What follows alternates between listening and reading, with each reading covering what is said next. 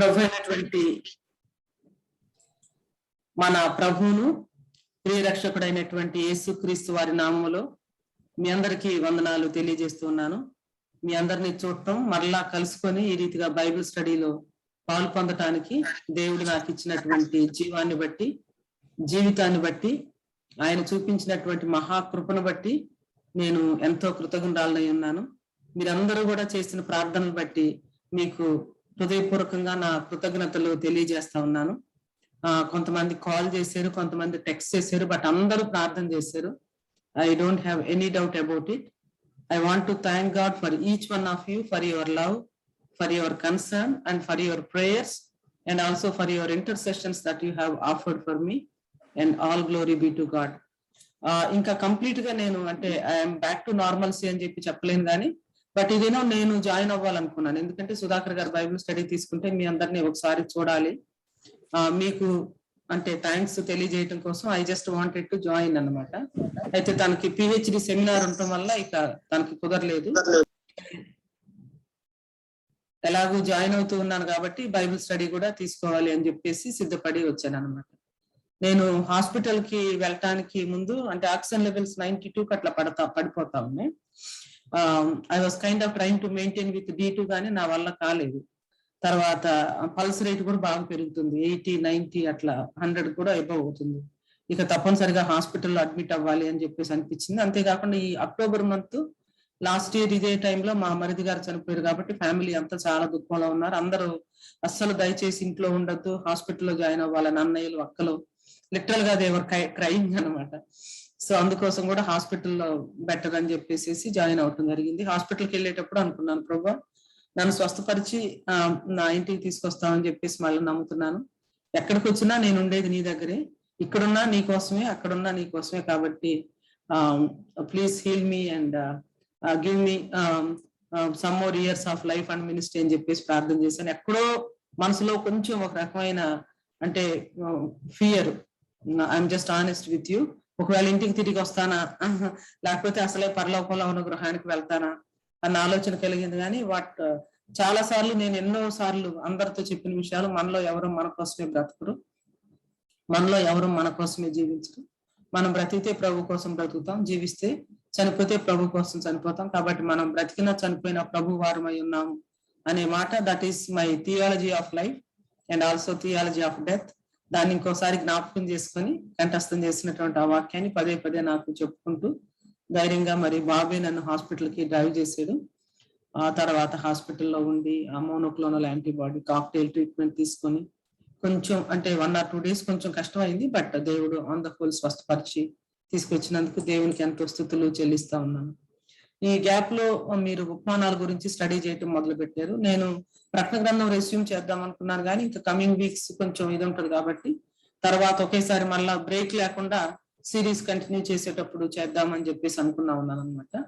అందుకని ఉపమానాల గురించి మీరు స్టడీ చేస్తూ ఉన్నారు కాబట్టి ఆ ఉపమానాల్లోనే ఒక కష్టమైనటువంటి ఒక క్లిష్టమైనటువంటి నేను అంటే ఈ సమయంలో మనందరికీ కూడా ప్రకటన గ్రంథానికి డైరెక్ట్లీ రిలేటెడ్ కాదు కానీ ఇండైరెక్ట్లీ రిలేటెడ్. ఎందుకంటే మనం క్రీస్తు బహుమతి ప్రధాన పీఠము, అక్కడ మనం పొందబోయే బహుమానాలు, ఆ తర్వాత దేవుడు మరి మనకిచ్చే నిత్యమైనటువంటి గృహము, వీటి గురించి ఉంది కాబట్టి దానికి రిలేటెడ్ గా ఉండే ఈ ఉపమానాన్ని తీసుకోవాలని ఆశపడ్డాను. సువార్తల్లో యేసుక్రీస్తు ప్రభు వారు బోధించిన ఉపమానాలు 40 పైన ఉన్నాయి. అసలు నూతన నిబంధనలో ఉపమానాలతో బోధించింది ఒక యేసుక్రీస్తు ప్రభు వారే. ఉపమానాల యొక్క ప్రధాన ఉద్దేశం కొంతమందికి ఏమో మరుగుపరచడం, కొంతమందికి విస్తుపరచడం. Concealing and revealing. Concealing to the unbelievers and revealing to the believers. విశ్వాసులకు విస్తుపరచుట, అవిశ్వాసులకు మరుగుపరచుట. అది ఒక ట్యాగ్ లైన్. అంటే పారబుల్స్ గురించి ఒక మాటలో చెప్పాలంటే ఎవరికైతే విశుద్ధపరచడం కోసం డిజైన్ చేయబడినాయో అదే మరొకరికి మరుగుపరచడం కూడా జరిగింది. ఎందుకంటే వాళ్ళు వింటలేదు, మారు మనసు పొందటం లేదు, హృదయాన్ని కఠినపరుచుకుంటున్నారు. అందుకే they are designed to hide the truth from unbelievers and also reveal the truth to the believers. తర్వాత ప్రత్యేకంగా ఈ పారబుల్స్ అన్ని కూడా ఎవరైతే వినటానికి చెవులు ఉన్నాయో వారికి ఒక గొప్ప వెలుగును ప్రసాదించినటువంటి విషయాలు అని చెప్పేసి మనం అనుకున్నాం. విత్తువాడు మరియు నేలను గురించిన ఉపమాన భావాన్ని గురించి మీరు చూశారు. అంతేకాకుండా ఎనాక్టెడ్ పారబుల్ అయినటువంటి చేసి చూపించినటువంటి ఒక ఉపమానం.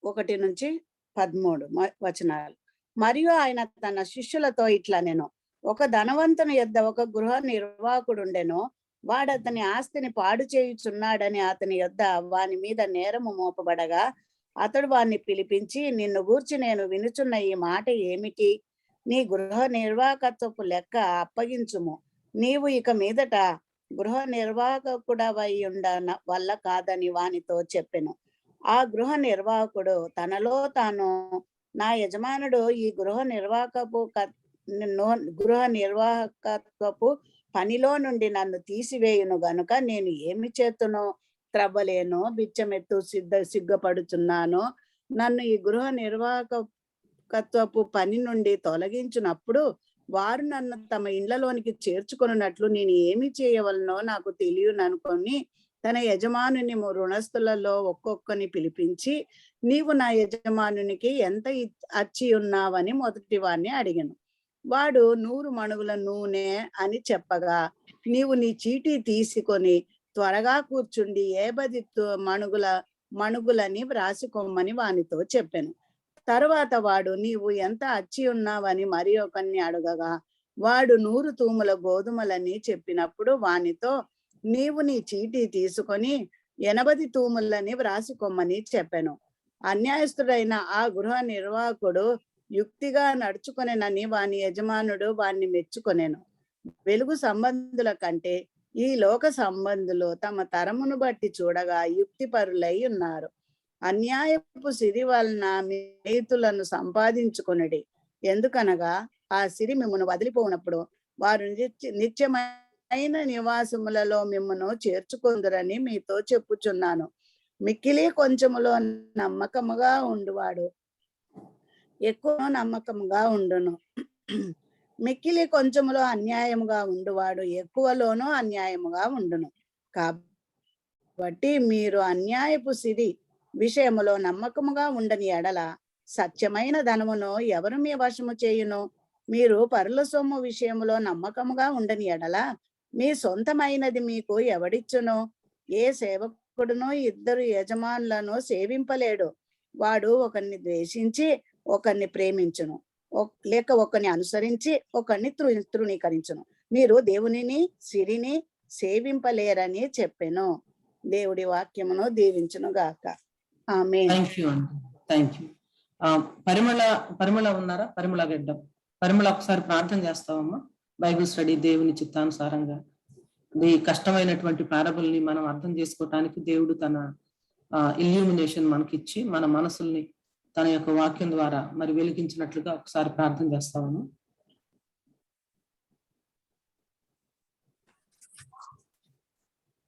హలో అక్క. అమ్మ ప్రార్థన చేస్తాము పరిమళ. ఓకే అక్క. Praise the lord. ప్రేమల తండ్రి, గొప్ప దేవ, గడిచిన కాలం అంతా మమ్మల్ని మీ కవిట్లో భద్రపరుచుకున్నందుకు మీకు వందనాలు. మమ్మల్ని అందరినీ సజీవ లెక్కలో చేర్చి ఆరోగ్యంతో నింపి దేవా, మరి శాంతకతో దేవా, మరి మరొకసారి బైబిల్ స్టడీలో పాల్గొనే సమయాన్ని అనుగ్రహించినందుకు మీకు వందనాలు. మా అందరి ప్రార్థనలు విని దేవా, మరి అక్క ప్రార్థనలు విని మీరు అనుగ్రహించిన ఆరోగ్యాన్ని బట్టి మీకు వందనాలు, స్వస్థతను బట్టి మీకు వందనాలు. మీరు గొప్ప దేవుడు అని, అద్భుత కార్యాలు చేసే దేవుడు అని, ఆశ్చర్య కార్యాలు చేసే దేవుడు అని మరొకసారి మీరు రుజువుపరుచుకొని నీ బిడ్డని దేవా మరి మీ కొరకు వాడుకొనిచ్చు మాకు దేవా, మరి మాకందరికి కూడా బైబిల్లోని దేవా మరి లోతైన విషయాలు తెలుసుకునే ఎక్స్పీరియన్స్ ని అక్క ద్వారా దేవా మీరు మాకు నేర్పిస్తూ ఉన్నందుకు మీకు వందనాలు చెల్లించుకుంటున్నాను తండ్రి.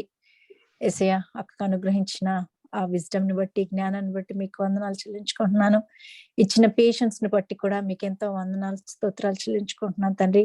దేవా మరి తనకు ఉన్న దేవా మరి మీరు అనుగ్రహించిన బర్డెన్ ని బట్టి మీకు వందనాలు దేవా. మరి ఏ బర్డెన్ అయితే తనకు మీరు ఇచ్చినారో దాన్ని కొనసాగిస్తూ ఉంటుండగా దాన్ని ఫుల్ఫిల్ చేయడానికి కావాల్సిన స్ట్రెంగ్త్ ని అనుగ్రహించండి దేవా. మరి ఇంకను ఫిజికల్ స్ట్రెంగ్త్ ఇంకా ఎంతో అవసరమై ఉంటుండగా అక్కను దేవా ఫిజికల్ స్ట్రెంగ్త్ తో మీరు నింపమని దేవా, ఆత్మీయమైన మేళ్లు మా అందరికి ఈ బైబిల్ స్టడీ ద్వారా జరగగలుగుటకు మీరు కృప చూపమని అక్కను మీ చేతుల హస్తాలకి అప్పచెప్పుకుంటూ దేవా మరి మీకు మహిమకరంగా దేవా మరి మాకు ఆశీర్వాదకరంగా ఈ బైబిల్ స్టడీ కొనసాగలుగుటకు సహాయం చేయమని దేవా రన్ చేస్తున్న బ్రదర్ ని వారి ఫ్యామిలీని చర్చ్ ని మీరు దీవించమని ఆశీర్వదించమని ఈ మేము గడిపే ఈ సమయాన్ని మాకు ఆశీర్వాదకరంగా ఉంచే దేవుడు వింటున్నందుకు మీకు వందనాలు చెల్లించుకుంటూ యేసయ్య నామమున వేడుకొని ప్రార్థన చేస్తున్నాను తండ్రి.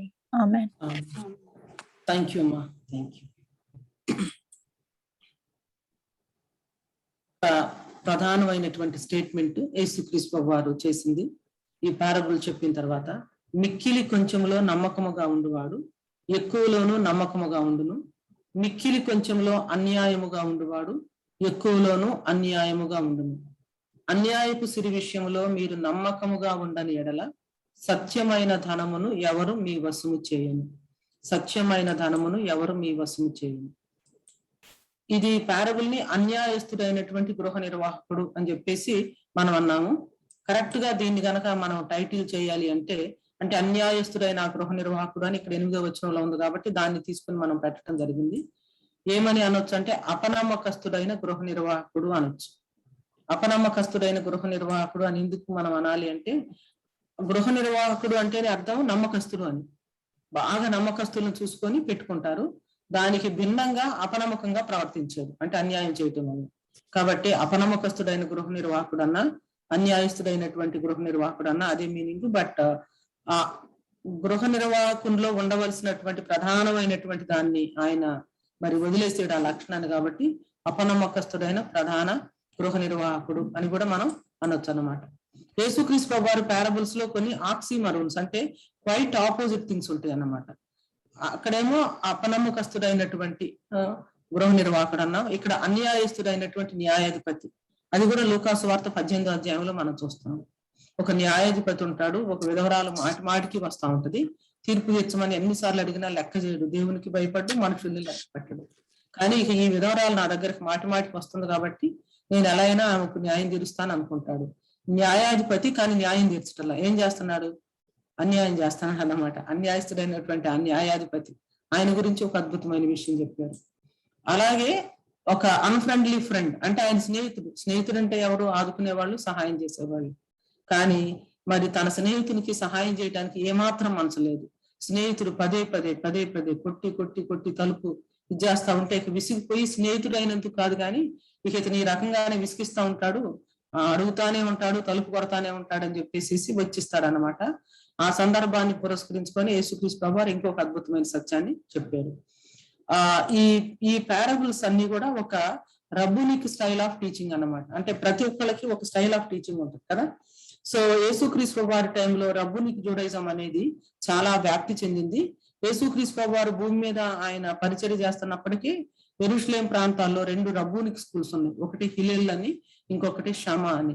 ఆ హిలెల్ యొక్క మనవడు గమాలియేలు దగ్గరే పౌలు గారు చదువుకున్నట్లు మనం చూస్తాము. Rabbinic interpretations, rabbinic teaching, rabbinic approach, way of teaching, ఇవన్నీ కూడా మనం చూస్తాము.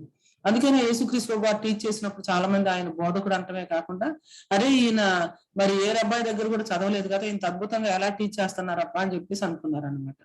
So this is an old rabbinic approach reasoning the lesser to the greater. అంటే ఒక ఎర్త్లీ లెవెల్లో ఉన్నటువంటి ఒక లెస్సర్ థింగ్ తీసుకొని దాన్ని హయ్యర్ లెవెల్ కి తీసుకుని వెళ్ళి హెవెన్లీ అప్లికేషన్ ఇవ్వటం అనమాట. అసలు పారబుల్ అంటేనే an earthly story with heavenly meaning. అయితే ఇక్కడ ఈ 3 వాటిల్లో కూడా ఒక లెస్సర్ ప్రిన్సిపల్ ని మనం తీసుకొని దాని నుంచి ఒక గ్రేటర్ ప్రిన్సిపల్స్ కి అప్లై చేయడం. అంటే నోన్ నుంచి అన్నోన్ కి, లేదా కనిపించే దాని నుంచి విజిబుల్ గా కనిపించే దాని నుంచి అన్విజిబుల్ ఏదైతే ఉందో దానికోసం మరి మాట్లాడటం. This is a very distinctive way of teaching of Jesus according to the rabbinic style of teaching అన్నమాట. ఇప్పుడు యేసుక్రీస్తు ప్రభువారు అపనమ్మకస్తుడైనటువంటి గృహ నిర్వాహకన విషయంలో ఒక ప్రశ్న వేస్తారు. అంటే ఒక లెస్సర్ ప్రిన్సిపల్ నుంచి తీసుకొని ఒక హయ్యర్ ప్రిన్సిపల్ కి వెళ్తారు. ఎలా అంటే, కాబట్టి మీరు అన్యాయపు సిరి విషయంలోనే నమ్మకంగా లేకపోతే సత్యమైన ధనం ఎవరు మీ వశం చేస్తారు? Did you see the point? This is the crux అన్నమాట. ఈ స్టోరీ చెప్పి ఇక్కడ అన్యాయపు సిరి, మ్యామన్ అంటే లోకం యొక్క సంపద, దాని విషయంలోనే, ఇతరుల విషయంలోనే, ఇతరులు మీకు ఇచ్చిన దాని విషయంలోనే మీరు నమ్మకంగా లేకపోతే సత్యమైన ధనం ఎవరు మీ వశం చేస్తాడు అని చెప్పేసి మాట్లాడారు అనమాట. ఆ తర్వాత అన్యాయస్తుడైనటువంటి న్యాయాధిపతి విషయంలో కూడా అన్యాయస్తుడైనటువంటి ఆ న్యాయాధిపతి చెప్పిన మాట వినండి. మరి ఆమె అంత విసిగిస్తా ఉంది, ఇక తప్పదు ఒక న్యాయం తీర్చాలని. అన్యాయస్తుడు దేవునికి భయపడ్డు మనుషుల్ని లెక్క పెట్టినటువంటి న్యాయాధిపతి అనుకుంటే, దేవుడు తాను ఏర్పరచుకున్న వారు దివారాత్రులు తన గురించి మొరపెట్టుకుంటుండగా ఆయన వారికి న్యాయం తీర్చడం మళ్ళా ప్రశ్నించారు. చూసారా, ఎర్త్లీ లెవెల్లో ఒక అన్యాయస్తుడైనటువంటి న్యాయాధిపతి ఇక నేను తప్పదు న్యాయం తీరుస్తాను అని చెప్పేసి అనుకొని మరి న్యాయం తీర్చాడు. అంటే నేను నీతి కలిగినటువంటి న్యాయాధిపతిని, మీ తండ్రిని, పరలోకంలో ఉన్నటువంటి మీ దేవుణ్ణి, ఏర్పరచుకున్నటువంటి మీరు దివారాత్రులు నాకు మొరపెడతా ఉంటే నేను న్యాయం తీర్చనా అని ప్రశ్నించారు. వారు విసుకకుండా నిత్యము ప్రార్థన చేయటానికి దేవుడి ఉపమానం వారితో చెప్పారని చెప్పేసి మనం దేవుని వాక్యంలో చూస్తాము. మూడోది అన్ఫ్రెండ్లీ ఫ్రెండ్, అంటే సహాయం చేయటానికి వెనుకాడే స్నేహితులు. స్నేహితులు దేనికి అంటే ఆపదలో ఆదుకోవటానికి, కష్టంలో నష్టంలో మనతో ఉండటానికి.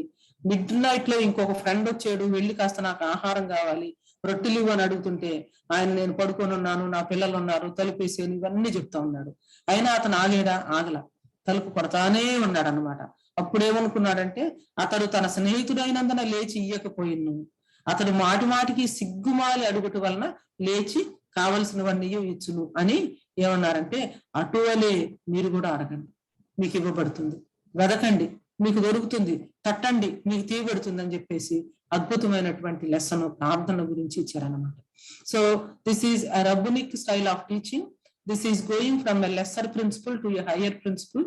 విజిబుల్ గా ఉన్న దాని నుంచి ఇన్విజిబుల్ కి, ఎర్త్లీ లెవెల్లో ఉన్న దాని నుంచి హెవెన్లీ లెవెల్ కి, ఏదైతే నోన్ థింగ్ ఉందో దాన్ని చూపించి అక్కడ నుంచి అన్నోన్ థింగ్ కి తీసుకుని వెళ్లే ప్రాసెస్ లో దేవుడు టీచ్ చేసినటువంటి ఒక అద్భుతమైనటువంటి టీచింగ్ అన్నమాట.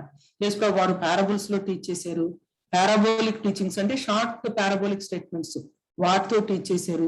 పెద్ద డిస్కోర్సెస్, యోహాను సువార్తలోను తర్వాత మత్తయి సువార్తలో కనుక చూస్తే ఆయన ప్రసంగాలు, కొన మీద ప్రసంగం, లాంగెస్ట్ ప్రసంగం అని చెప్పి చూడొచ్చు. గల్లే సముద్ర తీరంలో కూడా అద్భుతమైనటువంటి ప్రసంగాలు ఆయన చేశారు. కొన్నిసార్లు ఆయన జడ్జిమెంట్స్ కూడా ప్రొనౌన్స్ చేశారు.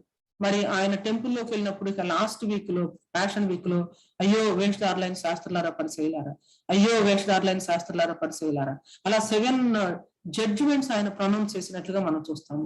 చక్కని స్టోరీస్ కూడా చెప్పారు, ప్రజలకి ఎంతో ఆనందంగా ఉండేది. ఏదో ఎంగేజ్ చేయడానికి కాదు కానీ అద్భుతమైనటువంటి సత్యాలు వారికి బోధించడానికి. అంతేకాదు కరెంట్ ఈవెంట్స్ కూడా మాట్లాడారు. ఆ టైంలో సిలోయం అనే గోపురం పడి కొంతమంది చనిపోతే దాని గురించి మాట్లాడారు.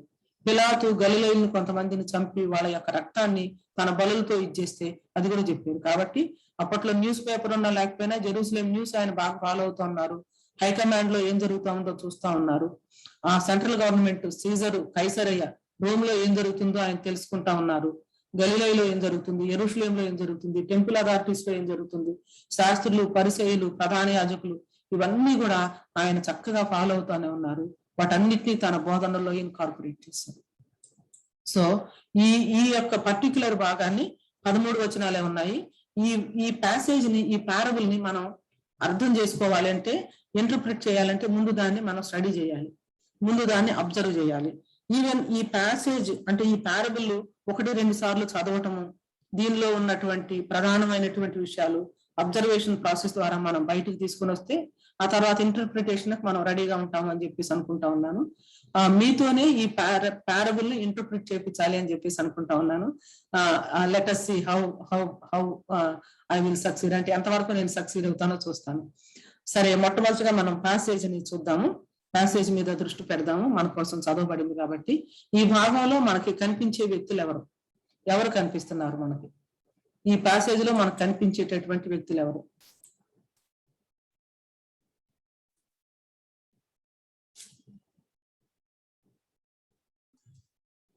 చెప్తారా? ఈ ప్యాసేజ్ లో మనకు ఎవరు కనిపిస్తా ఉన్నారు? యేసు ప్రభు, అతని శిష్యులు, ధనవంతుడు ఉన్నాడు, ఆయన శిష్యులు. తర్వాత ధనవంతుడు, గృహ నిర్వాహకుడు, తర్వాత అప్పు తీసుకున్న వాళ్ళు కూడా. వెరీ గుడ్, అప్పు తీసుకున్న వాళ్ళు. తర్వాత ఆ జన సమూహంలో ఫారిసీస్ కూడా ఉన్నారు. అవును, ఆ జన సమూహంలో ఫారిసీస్ కూడా ఉన్నారు. Very good. వీళ్ళంతా ఫిజికల్ గా ప్రెజెంట్ అయినటువంటి వాళ్ళు. ఇండైరెక్ట్ గా ఎవరి గురించి అయినా మెన్షన్ చేయబట్టడం జరిగిందా వ్యక్తులు? ఇండైరెక్ట్ గా ఎవరి గురించి? ఇంటి గృహ నిర్వాహకుని గురించి అక్క. ఎస్ సార్, అవి ఎవరయ్యా? ఇంటి గృహాన్ని అతను సూపర్వైజ్ చేసే అతని గురించి. అది వాళ్ళు డైరెక్ట్ గా మెన్షన్ చేయబడ్డారమ్మా, అంటే ఇండైరెక్ట్ గా ఎవరైనా మెన్షన్ చేయబడ్డారా? Believers and believers. మూడో వచనంలో గృహ నిర్వాహకుడు తనలో తను నా యజమానుడు ఈ గృహ నిర్వాహకత్వం పనులను తీసివేయను, నా యజమానుడు వ్యక్తి ఉన్నారు. అదేనండి, అంటే ఇప్పుడు పని చెప్పినట్లు మనకి ధనవంతుడు, గృహ నిర్వాహకుడు, అతని రుణస్తులు, తర్వాత ఈ ఈ గృహ నిర్వాహకుడు డబ్బునంతా వేస్ట్ చేస్తున్నాడని ఎవరు అందించారు కదా సమాచారం అందిస్తేనే కదా తెలిసేది. సమాచారాన్ని అందించిన వారు వీళ్ళంతా డైరెక్ట్ గా ఉన్నారు. ఇంకా ఎవరైనా ఇండైరెక్ట్ గా మనకి ఇక్కడ ఉన్నారా? బిలీవర్స్ అండ్ బిలీవర్స్ ఓవరాల్ గా బిలీవర్స్ అండ్ బిలీవర్స్ ఉన్నారు. ఇంకా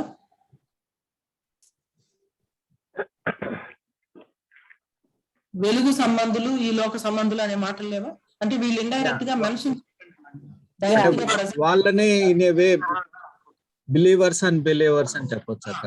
వాళ్ళనే మనం బిలీవర్స్ అండ్ అన్బిలీవర్స్ అన్నాం. ఇంకా యుక్తిపరులు ఉన్నారు. యుక్తిపరులు ఉన్నారు. ఇంకా లోక సంబంధికులే యుక్తిపరులు. అవును. ఇంకా ఎవరో ఇద్దరు యజమానులను సేవించరు అని చెప్పేసి ఉంది కదా, యజమానులు అంది. తర్వాత దేవుడు, సిరి అనే రెండు మాటలు కూడా వాడబడింది. అంటే దేవునితో ఒక పర్సానిఫై చేసి మీరు దేవునికి సిరికి దాసులుగా ఉండలేరు అని ఉంది కాబట్టి అది కూడా ఒక అంటే పర్సానిఫైడ్ కాబట్టి దాన్ని ఇక్కడికి తీసుకుని వచ్చాను అన్నమాట. సో ఈ భాగంలో మనకి ధనవంతుడు కనిపిస్తున్నాడు, అతని గృహ నిర్వాహకుడు కనిపిస్తున్నాడు. ధనవంతుడు మేనేజ్ చేస్తున్నటువంటి దీనికి మరి రుణస్తులైనటువంటి వాళ్ళు ఉన్నారు, ఆయనకి సమాచారాన్ని చేరవేసినటువంటి వాళ్ళు ఉన్నారు. తర్వాత యేసుక్రీస్తు వారు ఉన్నారు, తర్వాత యేసుక్రీస్తు వారు శిష్యులు ఉన్నారు. 15వ వచనం 15వ అధ్యాయం మొట్టమొదటి వచనం చదువుతారండి కోమలా గారు? 15:1.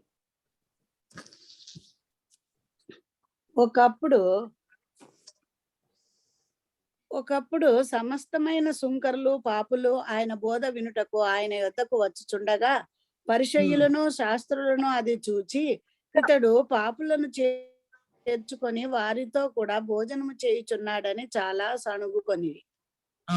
సో ఇక్కడ మనం 15 ఆయన వారితో ఈ ఉపమానము చెప్పారు. చాలు. మీలో ఏ మనుషునికైనా 100 గొర్రెలు, అంతవరకు చాలు. సో దాని కంటిన్యూషనే 16. మరియు ఆయన తన శిష్యులతో ఇట్లన్ను. 15:1, ఆ తర్వాత 16:1. మరియు ఆయన తన శిష్యులతో ఇట్లన్ను.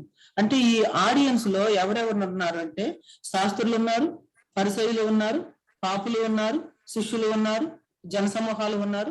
ఎందుకంటే ఈ మెసేజ్ అయిపోయిన తర్వాత వాళ్ళు ఈయన పరిహసించారని కూడా చూస్తాం అన్నమాట. సో వీరంతా కూడా ఉన్నారు. డైరెక్ట్ గా ప్రజెంట్ అయిన వాళ్ళు ఉన్నారు, ఇండైరెక్ట్ గా వాళ్ళు కూడా ఇక్కడ మనం చూస్తాము. అయితే ఈ పారబుల్ ని అర్థం చేసుకోవాలంటే మెయిన్ క్వశ్చన్ ఏంటంటే ఇక్కడ వాడబడిన పదాలేంటి అంటే పదే వాడబడిన పదాలేంటి. కొన్ని చాలా డిస్టింక్టివ్లీ ఆపోజిట్ వర్డ్స్ కూడా ఉన్నాయి అన్నమాట.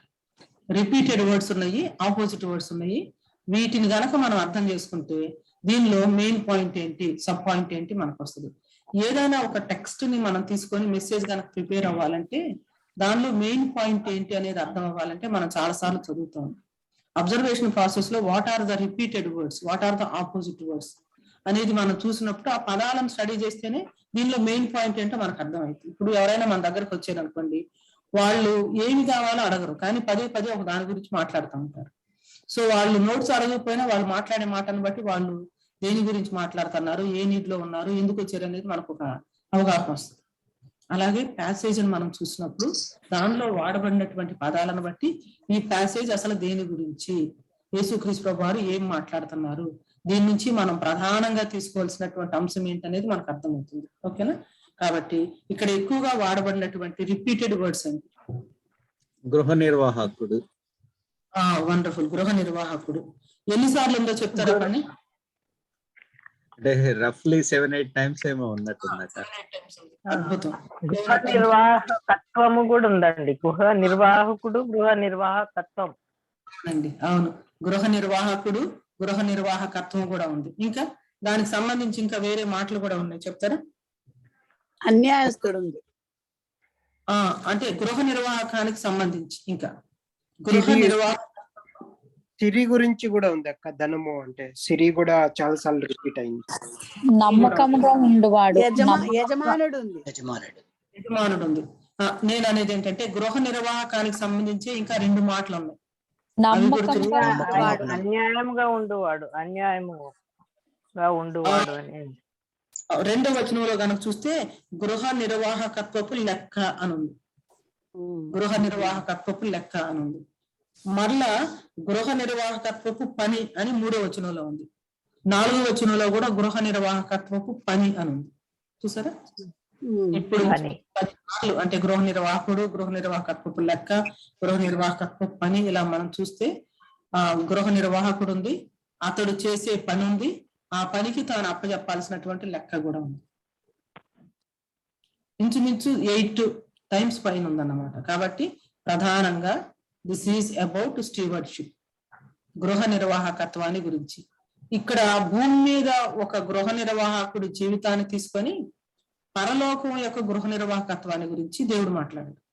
భూమి మీద ఒక గృహ నిర్వాహకుడు తన యజమాని వల్ల ప్రవర్తించినటువంటి తీరుని, ఒక లెస్సర్ ప్రిన్సిపల్ ను తీసుకొని దాని నుంచి ఒక అద్భుతమైనటువంటి ప్రిన్సిపల్, మనందరం కూడా ప్రభు యొక్క గృహ నిర్వాహకులు అని, ఆయన యొక్క పరిచర్య గాని, ఆయన ఇచ్చినటువంటి తలాంతులు గాని, ఆయన ఇచ్చినటువంటి సమయం గాని, ఇవన్నీ కూడా అప్పగించబడిన వాళ్ళమని యేసుక్రీస్తు వారు చెప్పి మీరు ఎలా ఉంటున్నారు ఆ విషయాన్ని ప్రశ్నించారు అన్నమాట. కాబట్టి ఎక్కువగా వాడబడిన పదాల్లో గృహ నిర్వాహకుడు చూసాం. ఇంకేమైనా ఉన్నాయా?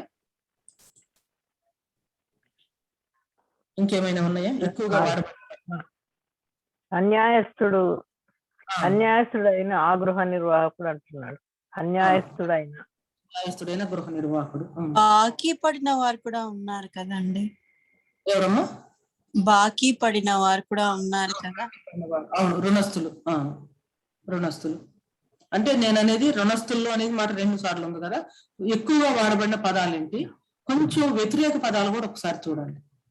ఎందుకంటే this is rabbinic style of teaching అని అన్నాం కదా. It is a kind of అంటే ఒక distinctive way of preaching and teaching అన్నమాట. సో దాన్ని ఎలా యేసుప్రభువారు ఈ పాయింట్ ని ఎట్లా డ్రైవ్ చేశారు అనేది మనం చూద్దాం. కరెక్ట్ గా ఇక్కడ సేవాధికారులు కూడా ఉన్నారు కదా. ఎవరండి? సేనాధికారులు, సేవాధికారులు,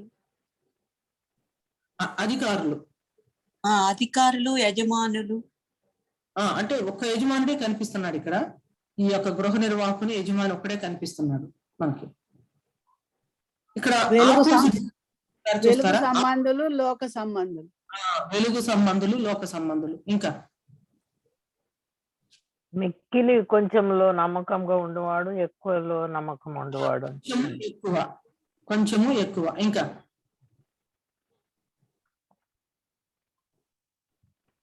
ఆపోజిట్స్ మీద కొంచెం కాన్సన్ట్రేట్ చేయండి.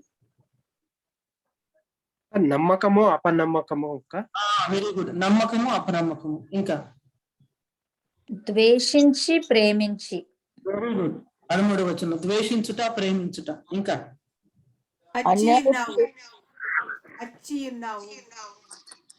ఆపోజిట్స్ అమ్మ. అచ్చి ఉన్నావు అనేది ఒక మాట, దానికి ఆపోజిట్ ఏమి లేదు కదా.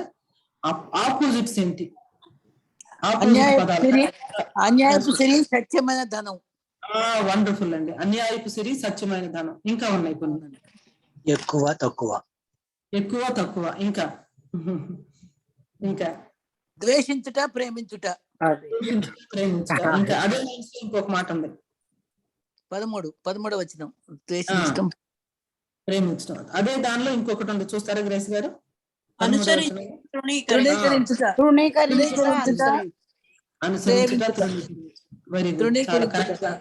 వండర్ఫుల్. అన్ని తీసుకొచ్చారు. కొంచెము, ఎక్కువ. అన్యాయపు సిరి, సత్యమైన ధనం. పరుల సొమ్ము సొంతమైంది. ప్రేమించడం, ద్వేషించడం, అనుసరించడం, తృణీకరించడం. తర్వాత ఇంకొక ఫైనల్ ఆపోజిట్ ఉంది. దిస్ ఈస్ ద క్రక్స్ అన్నమాట. ఇక అంతే, ఫైనల్ ఆపోజిట్. వెలుగు సంబంధి, దేవుణ్ణి ప్రేమించలేదు. వండర్ఫుల్ అండి. 2 ఈక్వల్ పాయింట్సే. సిరి, దేవుడు. అంటే దేవుడు ఆపోజిట్ సిరి. వెలుగు సంబంధులు, ఈ లోక సంబంధులు ఉంది ఆపోజిట్స్, మనం చూసాం అది. సో వెలుగు సంబంధులు, లోక సంబంధులు, దేవుడు, సిరి, ఇది కాంట్రాస్ట్. ప్రధానమైన పాయింట్ గృహ నిర్వాహకత్వము. దాని యొక్క కాంటెక్స్ట్ ఏంటంటే ఈ ఆపోజిట్స్ అన్ని కూడా ఈ పారబుల్ ని అర్థం చేసుకోవడానికి మనకు ఒక అద్భుతమైనటువంటి కాంటెక్స్ట్ ని క్రియేట్ చేస్తాం. సో ఈ పారబుల్ లో ఈ విషయాలను కనుక మనం గ్రహిస్తే దీన్ని చాలా చక్కగా ఇంటర్ప్రిట్ చేయగలుగుతాం. ఇప్పుడు కొంచెం వ్యక్తుల దగ్గరికి వెళ్దాము, వాళ్ళ అంతరంగాన్ని చూద్దాము. అసలు వాళ్ళు ఎవరు, ఏంటి అసలు వాళ్ళ పరిస్థితి, వాళ్ళ యొక్క వ్యక్తిత్వం ఏంటి, వాళ్ళ పని ఏంటి, వాళ్ళ పరిస్థితి ఏంటి, ఇది కొంచెం మనం టెక్స్ట్ లోకి ఉన్న, ఇప్పుడు మనకి టెక్స్ట్ లో డైరెక్ట్ కనిపించు, ఇప్పుడు అబ్జర్వేషన్ లో చెప్పినట్లుగా కనిపించు. వీటిని మనము కొంచెం హోలీ శాంక్టిఫికేషన్, పరిశుద్ధపరచబడినటువంటి ఇమాజినేషన్ ఉపయోగించి మనం కొంచెం ఆలోచించాలి. ఒక వ్యక్తిని మనం చూడగానే కొంచెం ఎస్టిమేట్ చేస్తాం, ఫలానా టైప్ అయి ఉండొచ్చు, ఫలానా వ్యక్తి అయి ఉండొచ్చు, మేబీ సిన్సియర్ అయి ఉండొచ్చు, maybe not sincere, maybe loving or not loving. So ఇట్లా మనం ఒక ఇంప్రెషన్స్ ఫామ్ చేసుకుంటాం కదా. అలా ఇక్కడ వ్యక్తుల్ని చూస్తే మనకు ఎలాంటి ఇంప్రెషన్స్ ఫామ్ అవుతున్నాయి, గృహ నిర్వాహకం గురించి మనకు అర్థమయ్యే విషయాలు ఏంటి. So this is actual interpretation అన్నమాట. How do you estimate or how do you understand about this steward? అంటే ఇతని గురించి మీరు 2-3 మాటలు చెప్పాలంటే ఏం చెప్తారు? ఇంకా ఆస్తిని పాడు చేస్తున్నాడు అనే నేరం ఉంది. ఆస్తి పాడు చేస్తున్నాడు, ఇంకా ఆస్తిని పాడు చేస్తున్నాడు, ఇంకా కఠిన హృదయం అక్క. కఠినమైనటువంటి హృదయము, కఠినమైన హృదయము, మోసకరము అక్క, మోసం ఉంది. వెరీ గుడ్, మోసం ఉంది. ఇంకా లెక్క అప్పు చెప్పవలసిన అవసరం ఉంది. అంటే లెక్క అప్పు చెప్పవలసిన అవసరం యజమాని నుంచి వచ్చింది. అంటే ఈ గృహ నిర్వాహకస్తుడు అతని క్యారెక్టర్, అతని డీలింగ్స్, అతని లైఫ్, అతని ఇది గురించి మనం మాట్లాడుతా ఉన్నాం అన్నమాట. ఇంకా ధనాపేక్ష గలవారని, అంటే ఈ గృహ నిర్వాహకుడి మీద కాన్సన్ట్రేట్ చేద్దామండి. As a person, who is he, how is he, how what is he doing? గృహ నిర్వాహకుని వ్యక్తిత్వాన్ని గురించి కానీ, పనిని గురించి కానీ, జీవితాన్ని గురించి కానీ, ఫ్యూచర్ గురించిన ఆలోచన కానీ, అతని రిలేషన్షిప్స్ గురించి కానీ మనకేం అర్థమవుతుంది? గృహ నిర్వాహకుడు ఆస్తి పాడు చేస్తున్నాడు, ఆస్తి పాడు చేసేది. Very good. పొజిషన్ ను కాపాడుకోవడానికి ఎంత తప్పైనా చేస్తాడు, పొజిషన్ కాపాడుకోవడానికి ఎంత తప్పైనా చేస్తారు. మన ఇండియన్ పాలిటిక్స్ గుర్తొస్తున్నాయా? ఓకే, ఇండియాలో చాలా బాగా ఇదవుతాడు అన్నమాట. మంచి రాజకీయ నాయకుడు అవ్వగలిగినటువంటి కెపాసిటీ ఉంది. ఓకే, ఇంకా ఏం తెలుస్తుంది? తను అన్యాయస్తుడే గాని డబ్బు అయితే కూడబెట్టుకోలేదక్క. ఎందుకంటే ఆ జాబ్ లో నుంచి తీసేస్తే తనకి భిక్షం ఎత్తుకోవాల్సి వస్తుంది అన్న ఫీలింగ్ తనకుంది. లేకపోతే కష్టపడి పని చేయాలి. అంటే ఆస్తులు అయితే కూడబెట్టుకోలేదు తను. అన్యాయస్తుడే గాని చెప్పావు, కానీ దాని మీద నేనే ఇంకో ప్రశ్న వేస్తున్నాను. మరి ఇంత ఇది చేసినా కూడా దుర్వ్యాపారం వల్ల పాడు చేస్తున్నాడు ఆస్తిని అని చెప్పినప్పుడు అయినా కూడా కూడబెట్టుకోలేదు అంటే ఏం చేస్తున్నాడు అని అర్థం? నీకే ఆ ప్రశ్న వేస్తున్నాను. It's a very valid point. ఇది యాక్చువల్ ఇంటర్ప్రిటేషన్.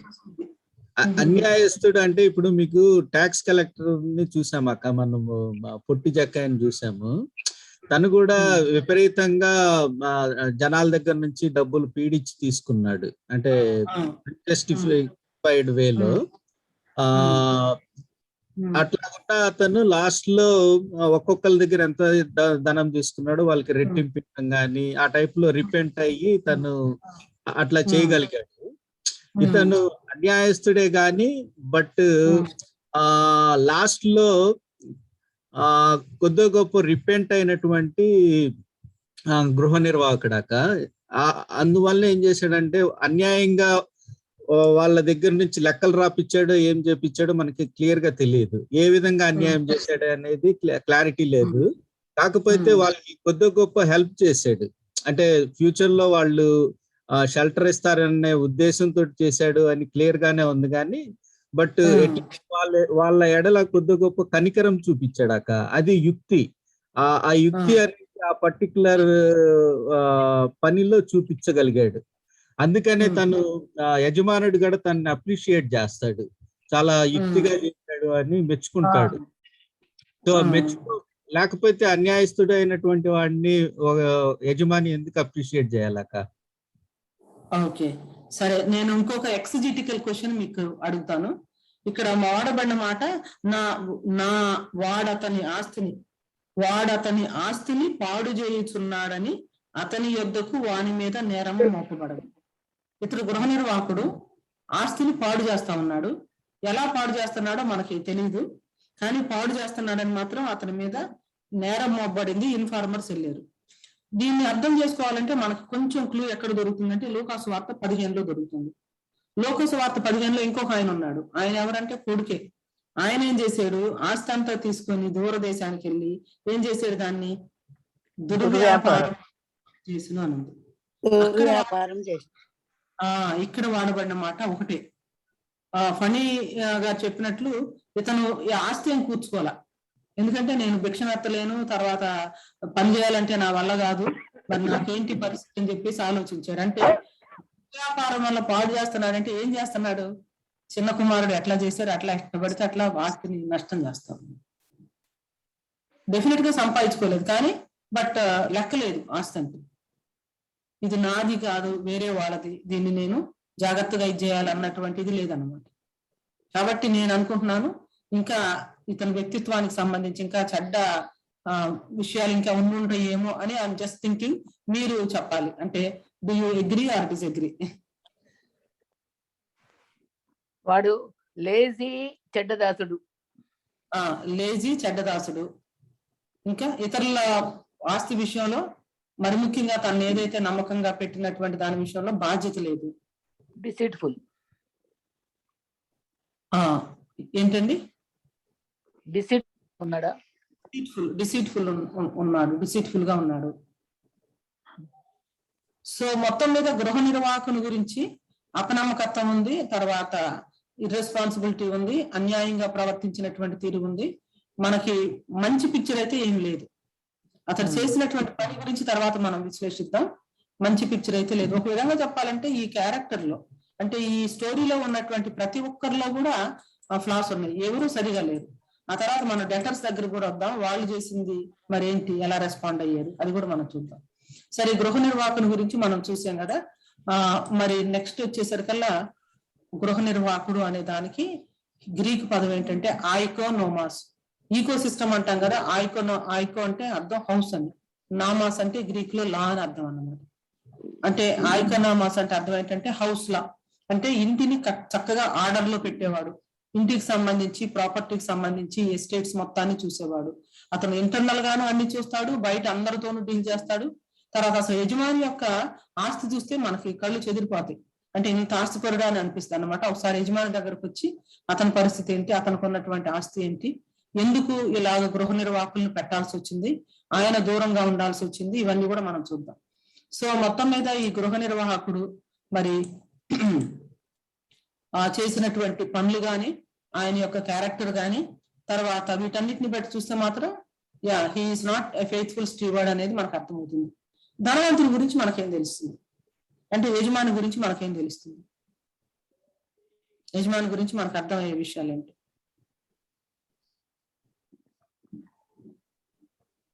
నమ్మినాడు, గృహ నిర్వాహకుని నమ్మిన. మంచి point. He trusted his steward and also he entrusted to his care and keeping. Reasonable గా ప్రశ్నించాడు. ఆ మొదటి వాడిని పిలిచి ఒక్కొక్కరికి చెప్పి ప్లాంట్ గా అడిగాడు. యజమాని రుణస్తుల్ని అడిగింది యజమాని కాదు కదండి, స్టీవర్డ్ కదా.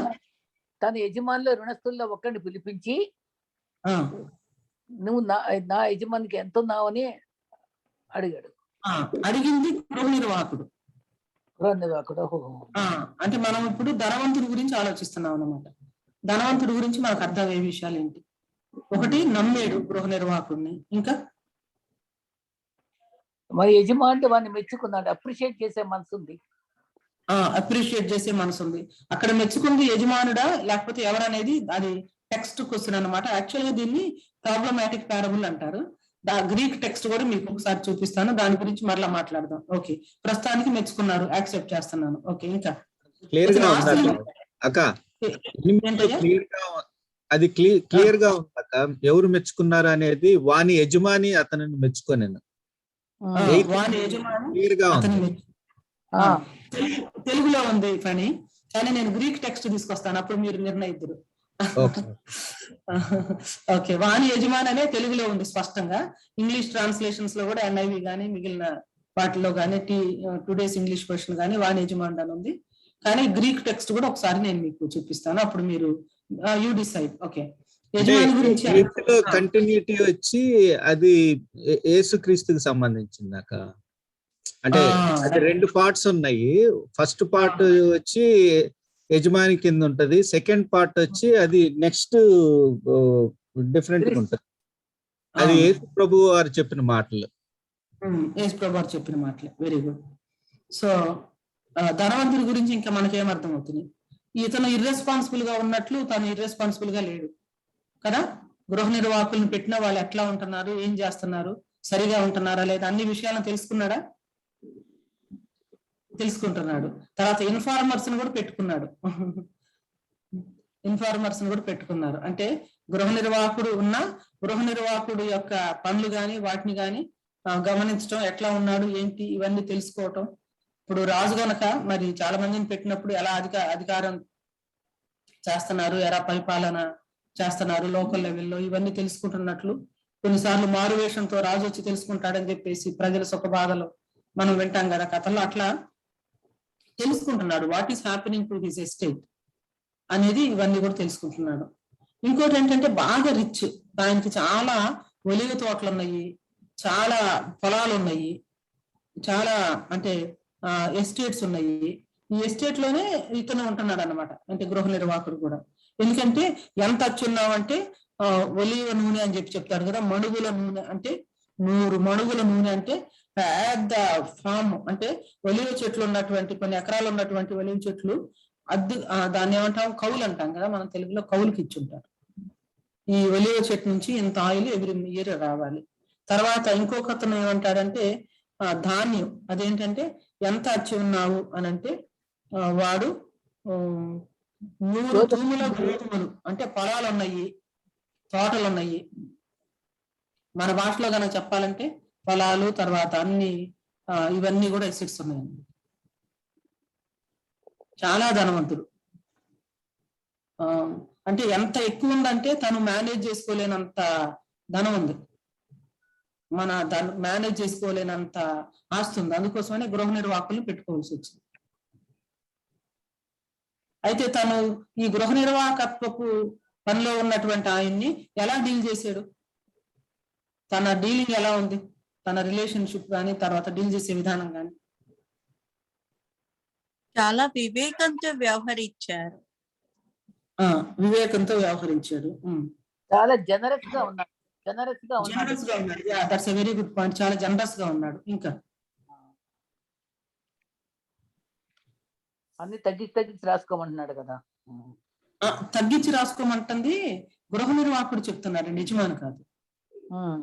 అది యజమాని జనరాసిటీ కాదు, ఇతని ష్రూడ్నెస్, గృహ నిర్వాహకంలో ఉన్నటువంటి వ్యక్తి యొక్క ష్రూడ్నెస్. అతను మాట్లాడే మాట తీరు చూడండి ఎలా ఉందో. 22వ వచనం చదువుతారా?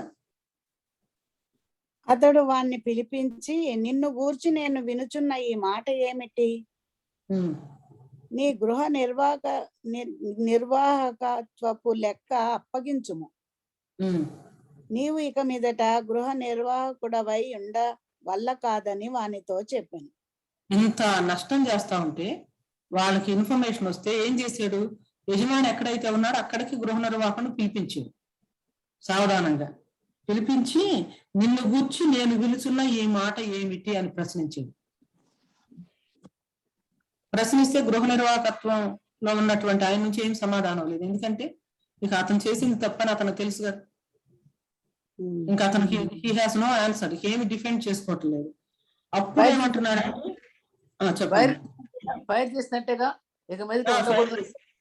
అమెరికన్ భాషలో చెప్పాలంటే యు ఆర్ ఫైర్డ్, నీ గృహ నిర్వాహకత్వపు లెక్క అప్పగించు, లేకపోతే ఫైర్ అయిపోతావు. ఆల్రెడీ ఫైర్ చేసేసాడు. చేశాడు. నీవు ఇక మీదట గృహ నిర్వాహకుడు ఉండ వల్ల కాదని వాడితో చెప్పాను. నిన్ను ఫైర్ చేసాను, ఇక no more you are my steward. ఇక నా పక్షాన నువ్వు ఏమాత్రం ఇక స్టీవర్డ్ గా ఉండాల్సింది లేదు, కానీ వెళ్తున్నావు కాబట్టి నీ పేపర్స్ అంతా సబ్మిట్ చేసే, నీ వర్క్ అంతా బ్యాలెన్స్ షీట్ నాకు ఇచ్చేసేయాలని చెప్పి చెప్పింది. He knew about what's happening in his estate. What he did. తన యొక్క ఆస్తి ఏ విధంగా పాడవుతుందో తెలుసుకున్నాడు. ఇన్ఫార్మర్స్ పెట్టాడు, గృహ నిర్వాహకుడిని పిలిపించాడు, ముందు కన్ఫ్రాంట్ చేశాడు. నువ్వేంటి ఇలా చేస్తున్నావు, ఏంటి నేను వింటున్నటువంటి విషయాలని అడిగాడు. అడిగిన తర్వాత ఇక నువ్వు నాకు గృహ నిర్వాహకుడుగా ఉండవలసిన అవసరము లేదు అన్నాడు. ఆ తర్వాత అయితే వెళ్ళటానికి ముందు నువ్వు అన్ని కూడా లెక్క అప్పచెప్పాలి అని చెప్పేసి చెప్పాడు. కొంచెం రీజనబుల్ గానే ఉన్నాడా? ధనవంతుడు రీజనబుల్ గానే అనిపించాడా యజమానుడు? జ్ఞానంగానే ప్రవర్తించాడు, న్యాయంగానే ప్రవర్తించాడు, రీజనబుల్ గానే ఉన్నాడు. సరే, రుణస్తుల దగ్గరకు వద్దాం. రుణస్తుల గురించి మీ అభిప్రాయం ఏంటి? అంటే ఇక్కడ ఇద్దరనే ఉంది, కానీ చాలా మంది ఉన్నారు రుణస్తులు. అంటే మొత్తం గురించి రాయబడలేదు, మొదటి వాడు రెండో వాడు అని ఉంది, ఇంకా చాలా మంది ఉండుంటారు. బట్ రుణస్తుల గురించి మీ అభిప్రాయం ఏంటి? How do you assess their character?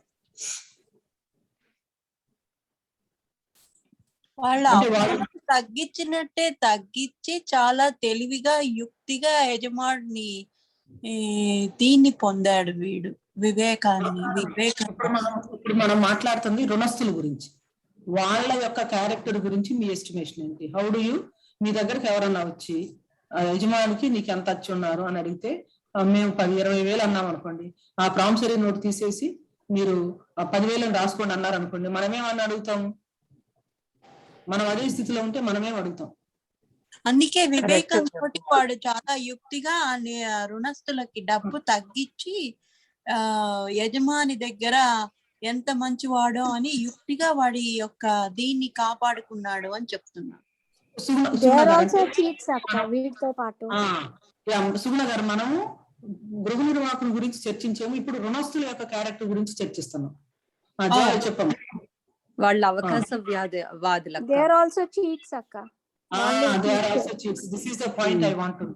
ఇప్పుడు వచ్చి రాస్తా ఉన్నప్పుడు ఏంటి హడావుడిగా వచ్చావు, ఇట్లా తగ్గించమంటున్నావు, యజమాని తగ్గించాడా లేకపోతే నువ్వు తగ్గిస్తున్నావా, లేకపోతే ఏంటి అసలు పరిస్థితి? అడగాల. రాసుకోమంటున్నాడు, ఏ 10 మనుగులని మామూలుగా చెప్తున్నాడు, ఇంక అంతకు ఎక్కువే ఉండొచ్చు, కానీ ఏ 10 మనుగులను రాసుకోమని చెప్తున్నాడు. 100 అని చెప్పి చెప్తే 50% డిస్కౌంట్ ఇచ్చి 50 రాసుకోమంటున్నాడు. ఇతను ఎందుకు ఇట్లా రాసుకోమంటున్నాడు? ఈ డిస్కౌంట్ ఎక్కడి నుంచి వచ్చింది? యజమాని ఇచ్చాడా లేకపోతే ఈయన ఇస్తున్నాడా? ఈయన ఇస్తున్నాడంటే ఎందుకు ఇస్తున్నాడు? ఇవన్నీ ఆలోచించారా రుణస్తులు? ఆలోచిస్తారు. అవునా కాదా? ఆలోచిస్తారు. ఆలోచించాలి, కానీ వాళ్ళు ఏమైనా ఆలోచించారా? లేదు. రాసుకోమంటే రాసుకుంటారు. అంటే అక్కడ క్లారిటీ లేదా? తెలుగు బైబిల్లో వాళ్ళు చెప్పినట్టు చేశారా లేదా అనే దాని గురించి మెన్షన్ చేయలేదు, కానీ యజమాని ఇచ్చినటువంటి స్టేట్మెంట్ యుక్తిగా నడుచుకొనిను అని అంటంలో వాళ్ళు అలా చేసుంటారు. అంటే 50 మణుగులు అని చెప్పేసి ఈ రాపిచ్చినటువంటి కొత్త స్టేట్మెంట్స్ యజమానికి సబ్మిట్ చేసి ఉంటాడు. అంటే అది కూడా తెలిసింది.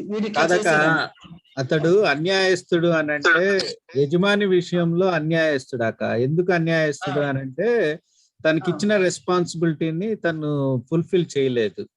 అంటే అవుట్ ఆఫ్ లేజినెస్ కానీ లేకపోతే ఎట్లా ఉంటది అని అంటే కొంతమంది ఎడల ఇప్పుడు పన్నులు వసూలు చేయమంటే కరెక్ట్ గా వసూలు చేయకుండా ఎంతో కొంచెం తీసుకోవటము, అంటే కావాల్సినంత తీసుకోకుండా తక్కువ తీసుకోవచ్చు, ఎక్కువ తీసుకోవచ్చు. తక్కువ తీసుకున్నా అన్యాయం చేసినట్టే యజమానిని, ఎక్కువ తీసుకున్నా కూడా రుణస్తులను అన్యాయం చేసినట్టు. కాబట్టి ఇక్కడ కాన్సెప్ట్ ఏంటి అని అంటే అన్యాయం అయింది ఎవరు అని అంటే యజమాని అన్యాయస్తుడు.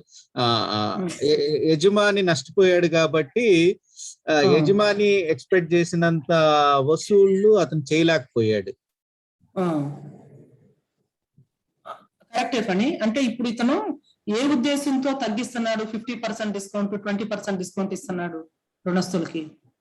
యజమానికి మేలు చేయాలన్నా తనకి మేలు జరగాలన్నా? కాదక్క, తన కోసం అక్క. ఇప్పుడు ఏంటంటే తనకి షెల్టర్ కోసం భవిష్యత్తులో ఈ జాబ్ అయిపోగానే కొద్ది గొప్ప డిగ్నిఫైడ్ గా ఉండాలి అని అంటే వాళ్ళు ఎవరైనా షెల్టర్ ఇస్తారన్న ఉద్దేశంతో అలా చేశాడు అనేది క్లియర్ గా ఉంది. క్లియర్ గా ఉంది. 12వ వచనం ఒకసారి చదువుతారా మీరు? 12వ వచనం.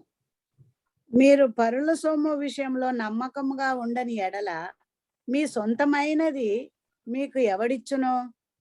పరుల సొమ్ము విషయంలో నమ్మకముగా ఉండని ఎడల మీ సొంతమైనది మీకు ఎవడిచ్చును అని అంటున్నారంటే దేన్ని అల్యూడ్ చేస్తున్నారు యేసుక్రీస్తు ప్రభువారు? ఆ యజమాని యొక్క ఆస్తి విషయంలో, సొమ్ము విషయంలో నమ్మకంగా లేడు అనేది హైలైట్ అవుతా ఉంది కదా. ఓకే, సరే, రుణస్తుల్ని మనం ఒకసారి చూద్దాం. వీళ్ళు కూడా అడగలేదు. ఏంటి అంటే యూజువల్ గా అసలు ఇలాంటి డిస్కౌంట్స్ రావు. ఎందుకు రావు అంటే ఇవ్వాల్సింది ఇవ్వాలి. ఎప్పుడైనా క్రాప్స్ ఫెయిల్ అయినప్పుడు, కట్టలేకపోయినప్పుడు వాళ్ళు అప్పీల్ చేసుకుంటే అప్పుడు మాకు ఇవ్వండి అని చెప్పేసి. మీకు ఇండియన్ పాలిటిక్స్ బాగానే అంటే తెలుసు కాబట్టి ఎవరైనా పవర్ లో నుంచి దిగిపోయే ముందు మళ్ళీ నెక్స్ట్ ప్రభుత్వం వాళ్ళని ఎన్నుకోవాలంటే ఏం చేస్తారంటే కొన్ని అంటే వ్యవసాయపు లోన్లు రద్దు చేయటం కానీ, లేకపోతే వాటిని తీసేయటం కానీ, మారటోరియం పెట్టడం కానీ ఇలా చేస్తుంటారు. ఎందుకు చేస్తారు? ప్రజలంటే ప్రేమండా? వాళ్ళ సీట్ ఎక్కాలని, వాళ్ళ సీట్ కానీ లేకపోతే నెక్స్ట్ పార్టీ. విపి సింగ్ ఇదిలో ఉన్నప్పుడు అనుకుంటాను ఒకసారి అసలు రైతుల రుణాలు మొత్తం మాఫీ చేసి పడేసాడు. అప్పుడు అందరు దేశం అంతా ఇక నెక్స్ట్ విపి సింగ్ ఎంత పెద్ద హీరో లాగా చూసారంటే చెప్పలేమన్నమాట. అంటే ఈ navy system, these are all the things అన్నమాట. అవి మనం చూస్తున్నాం. రుణస్తులు కూడా వాళ్ళు అడిగి ఉండాల్సింది ఏంటి అంటే ఇది మీరు ఇస్తున్న డిస్కౌంటా లేకపోతే యజమాని ఇస్తున్న డిస్కౌంటా, లేకపోతే ఎందుకు ఇట్లా అంటే మేము అడగలేదు, అప్పీల్ చేయలేదు కానీ ఇట్లా వస్తుందంటే కారణం ఏంటి? అతను వచ్చి హడావుడిగా అంటే అసలు అక్కడ చాలా తొందరలో చూడండి, తన యజమాని రుణస్తుల్లో ఒక్కొక్కరిని పిలిపించి, ఒక్కొక్కరిని అంటే చాలా మందిని పిలిపించుంటారు, ఉన్న వాళ్ళందరినీ పిలిపించుంటారు, అందరికీ కొద్ది గొప్ప ఇచ్చే ఉంటాడు అన్నమాట. ఒక్కొక్కరిని పిలిపించి నీవు నా యజమానికి ఎంత ఇచ్చి ఉన్నావని మధురవాణ్ణి అడిగాను. 100 మణుగుల నూనె అని చెప్పగా నీవు నీ చీటీ తీసుకుని త్వరగా కూర్చుండి 50 మణుగులని వ్రాసుకోము. ఆ తర్వాత వాడు నీవు ఎంత ఇచ్చి ఉన్నావని మరొకరిని అడుగుతా. అతను 100 తుమ్ముల గోధుమలు అంటే ఒక హరిలో చేస్తున్నాడు, గబగబా చేసేస్తున్నాడు, త్వరగా ముగించుకోవాలని చెప్పి చేస్తున్నాడని మాకు అర్థమవుతుంది. ఈ అమౌంట్ కూడా చూస్తే దే ఆర్ హ్యూజ్ అమౌంట్స్ అన్నమాట. అసలు ఎంత అంటే ఒకసారి మనం చూద్దాం. ఈ నూనె కానీ ఈ నూనె ఎంత అంటే 900 to 1000 gallons ఆఫ్ ఆయిల్. అంటే ఎంత నూనె అంటే it is worth of 3 years wages in money. మనీలో కనుక చూస్తే 3 సంవత్సరాల ఇది అనుకోవచ్చు అనమాట. ఇది ఇంత నూనె కనుక రావాలంటే ఇంచుమించు 150 ఒలివ చెట్లు కావాలి. It's not an ordinary thing, huge discount అనమాట. ఒక అతనికి 50%, ఇంకొక అతనికి ఏమో 20%. అంటే take your bill and right 80 అంటే 100 తూములు అప్పు ఉంటే 88 రాసుకోమంటున్నారంటే అంటే 1000 bushels కనుక రావాలి అంటే 100 ఎకరాల్లో ఆ ప్రొడ్యూస్ రావాలన్నమాట. అది అంటే what he is giving is huge discounts, huge involvement of money అన్నమాట. అది ఎవరిది? అది యజమాని. ఈ యజమాని రుణస్తుల్లో ఈ విధంగా మనం చేస్తా ఉన్నాడు అన్నమాట. కాబట్టి రుణస్తుల గురించి కూడా అర్థమయ్యే విషయం ఏంటంటే వాళ్ళకి ఏం కావాలి? డిస్కౌంట్స్ కావాలి. వాళ్ళకి ఏం కావాలి? బెనిఫిట్ కావాలి.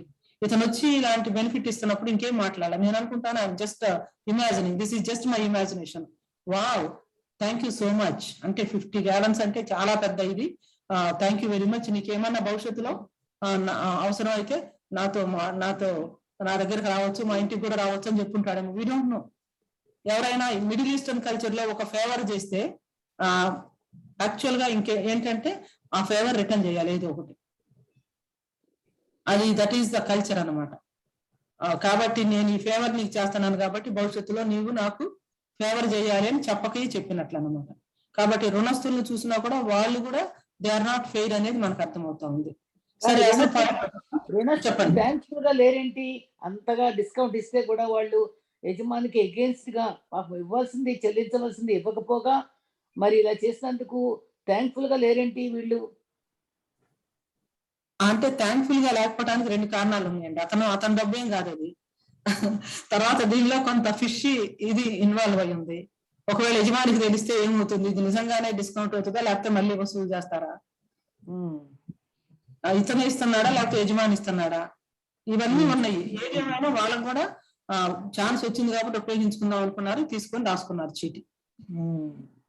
ఓకే, ఇప్పుడు క్వశ్చన్ ఏంటంటే అన్యాయపు సిరి అంటే ఏంటి? దాని విషయంలో మన వైఖరి ఎలా ఉండాలి. అన్యాయపు సిరి అనే మాటకు వాడబడిన మాట మ్యామన్ టెస్ అడికియాస్. డికాయోస్ ఉంది అంటే నీతి అని, అవినీతి అంటే ఇది. అవినీతి ధనం అంటే అవినీతి ద్వారా సంపాదించిన ధనం అని కాదు అర్థం. ఇక్కడ అన్యాయపు సిరి అంటే it's property of this world, ఈ లోక సంపద.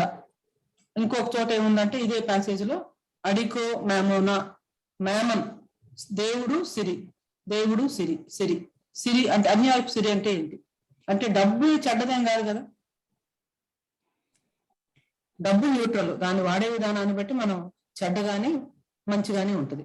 అన్యాయపు సిరి అంటే జస్ట్ మనం లిటరల్ గా మనం గనక తీసుకుంటే ఈ లోకంలో ఉన్నటువంటి ధనము అంటే ఈ లోకం అనేది ఒక ఈవి. ఇప్పుడు మనం ఇక్కడ చూస్తే రుణస్తులు చీట్సే, ఇతను ఒక విధంగా చీటింగ్ చేస్తున్నాడు. ఆ మొత్తం సిస్టమ్ అంతా కూడా ఒక ఇదిగా ఉంది. యేసుక్రీస్తు ప్రభు వారు భూమి మీద ఉన్నప్పుడు ఆ పన్నులు ఎక్కువ కట్టించుకోవటం కానీ, రోమన్ గవర్నమెంట్ కానీ, అదంతా కూడా ఒక ఈవిల్ సిస్టమ్ లాగా ఉందన్నమాట. అసలు ఫస్ట్ సెంచరీలో ఉన్నటువంటి జుడైజం చదివినప్పుడు ఎంత ప్యాథటిక్ గా అనిపిస్తుంది అంటే ప్రజలు ఎంత పేదలుగా ఉన్నారు. హ్యాండ్ టు మౌత్ ఎగ్జిస్టెన్స్ అన్నమాట. అంటే చెయ్యి రెక్కాడితే గానీ డొక్కాడదు అంటాం మన భాషలో. అంటే వాళ్ళ చెయ్యి నోటి దగ్గరికి వెళ్ళాలంటే చాలా కష్టపడాలి. పంటలు ఫెయిల్ అవటం, డ్రౌట్ రావటం, తర్వాత ఎక్కువ పన్నులు వసూలు చేయటం, వాళ్ళ మీద అధికారులుగా ఉన్నటువంటి జక్కే లాంటి యూదులు ఎక్కువ అన్యాయంగా ఇచ్చేయటం, తర్వాత పాలన సరిగా లేదు, సెంట్రల్ గవర్నమెంట్ సరిగా లేదు, స్టేట్ గవర్నమెంట్ సరిగా లేదు, అసలే లేకుండా వీళ్ళు ఇబ్బందులు పడతా ఉంటే ఈ శాస్త్రులు పరిచయలు వీళ్ళ మీద ఆ భారాలు పెట్టి ఈ భారాలు పెట్టి టెంపుల్ టాక్స్ అని అదని ఇదని వేసి ఇంకా ఎక్కువ వీళ్ళు చేయటం చాలా క్లిష్టమైన పరిస్థితి అన్నమాట. సో మనకి అర్థమవుతుంది it was like a kind of evil system. ఈ రోజున మనం మరి ఇండియాలో పరిస్థితి చూసినా కూడా ఎక్కడ పని జరగాలన్నా ముందు ఫైల్ కదలాలి అంటే బ్రైబ్ ఉండాలి. ఒక ఉద్యోగం కానీ, ఒక ట్రాన్స్ఫర్, అసలు for any simple thing bribe అనేది లేకుండా పనులు అనేది జరగనటువంటి ఒక సిస్టమ్ మరి కొన్ని దేశాల్లో క్రియేట్ అయింది. ఓకే, ఇప్పుడు దేవుడు వెలుగు సంబంధులు లోక సంబంధులు అనే మాట ఉపయోగించారు. అర్థం అక్కడ క్లియర్ గానే ఉంది.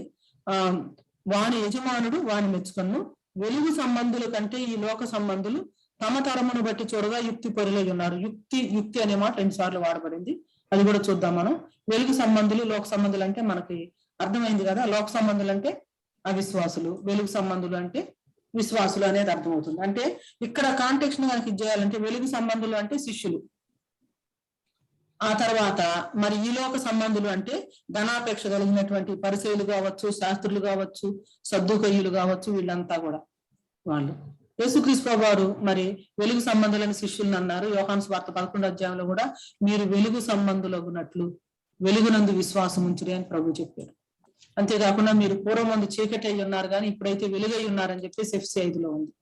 మీరందరూ వెలుగు సంబంధులు కాబట్టి, పగటి సంబంధులు కాబట్టి రాత్రి వాళ్ళలాగా ఉండొద్దని తెస్సలోనికైలకు రాసిన పత్రికలో మరి పౌలు గారు చెప్పారు. సో ఎవరు లోక సంబంధులు అంటే అవివేకస్తులైన, అవివేకం కలిగిన, తర్వాత చెడ్డ తరం వారు. యేసుక్రీస్తు వారు ఈ తరాన్ని ఎలా పోల్చారంటే పర్వర్టెడ్ అండ్ వికెడ్ జనరేషన్ అన్నారు. ఈ తరము అన్నది, ఈ తరము అంటే వేరొక చోట ఈ లోక సంబంధుల్ని పర్వర్టెడ్ అండ్ వికెడ్ జనరేషన్ అనేది మనం చూస్తాము. ఓకే, ఇప్పుడు పారబుల్ ఎండింగ్కి వచ్చాము. నేను ఇంటర్ప్రిటేషన్ లోకి మీకు వెళ్తాను. ఈ పారబుల్ మొత్తం ప్రధానమైనటువంటి అంశం ఏంటని మీరు అనుకుంటున్నారు? ఈ పారబుల్ మొత్తంలో కూడా ప్రధానమైన అంశం ఏంటి? ఇద్దరు మాస్టర్స్ కి సర్వ్ చేయలేరు అక్క. వండర్ఫుల్. ఇద్దరు మాస్టర్స్ ని మనం సర్వ్ చేయలేము. ఆ ఇద్దరు మాస్టర్స్ ఎవరు? సిరి, దేవుడు. దేవుడు. Very good. సిరి విషయంలో మన యాటిట్యూడ్, అసలు దేవుణ్ణి మనం ప్రేమిస్తున్నామా లేదా అనే దానికి యాసిడ్ టెస్ట్.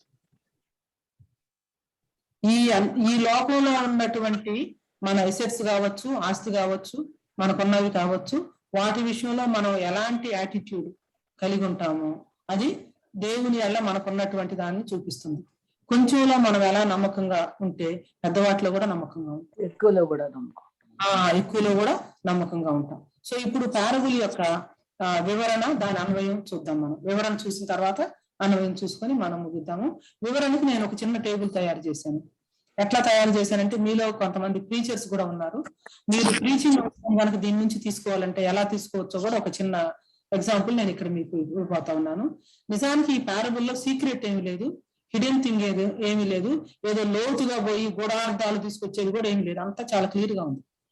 అలిగోరికల్ గా కూడా ఏం లేదు, మిస్టికల్ గా కూడా ఏం లేదు, very clear, very crystal clear. అంటే కొండ బద్దలు కొట్టేశారు అనమాట. నైన్త్ వర్స్ ఒకసారి చదివి ఎక్స్ప్లెయిన్ చేయండి నాకు. చెప్తాను, అదే చెప్తాను. నెక్స్ట్ ఏదన్నారు పని, మీరు ఏది అన్నారు ఎక్స్ప్లెయిన్ చేయండి. నైన్త్ వర్స్ చెప్తాను అయ్యా, అది కూడా చెప్తాను. అదే దీనిలో మెయిన్ పాయింట్ అది. తర్వాత ఈ స్టోరీలో everybody is a kind of relatively corrupted person అన్నమాట.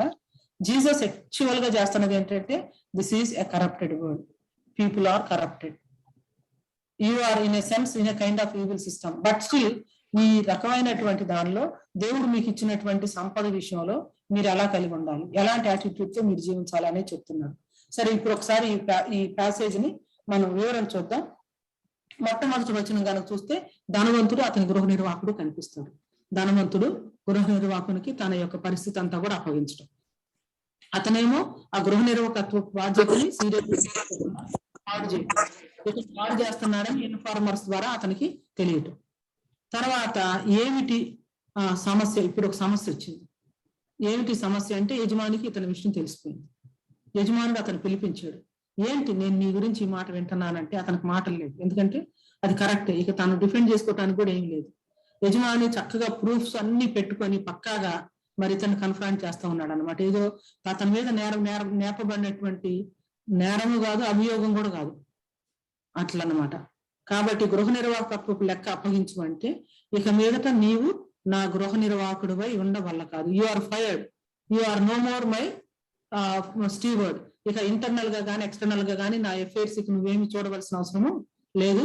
కాబట్టి నీ లెక్క నీవు అప్పగించి ఇక నువ్వు సైలెంట్ గా తప్పుకో అన్నట్లు చెప్పాడు అనమాట.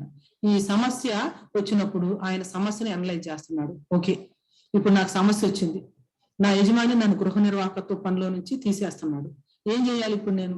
త్రవ్వలేను, అంటే హార్డ్ వర్క్ చేసే నేచర్ లేదు, భిక్ష మెత్త సిగ్గుపడుతున్నాను, ఎవరినైనా వెళ్ళి అడగాలంటే అది కూడా ప్రెస్టేజ్ ఇష్యూని.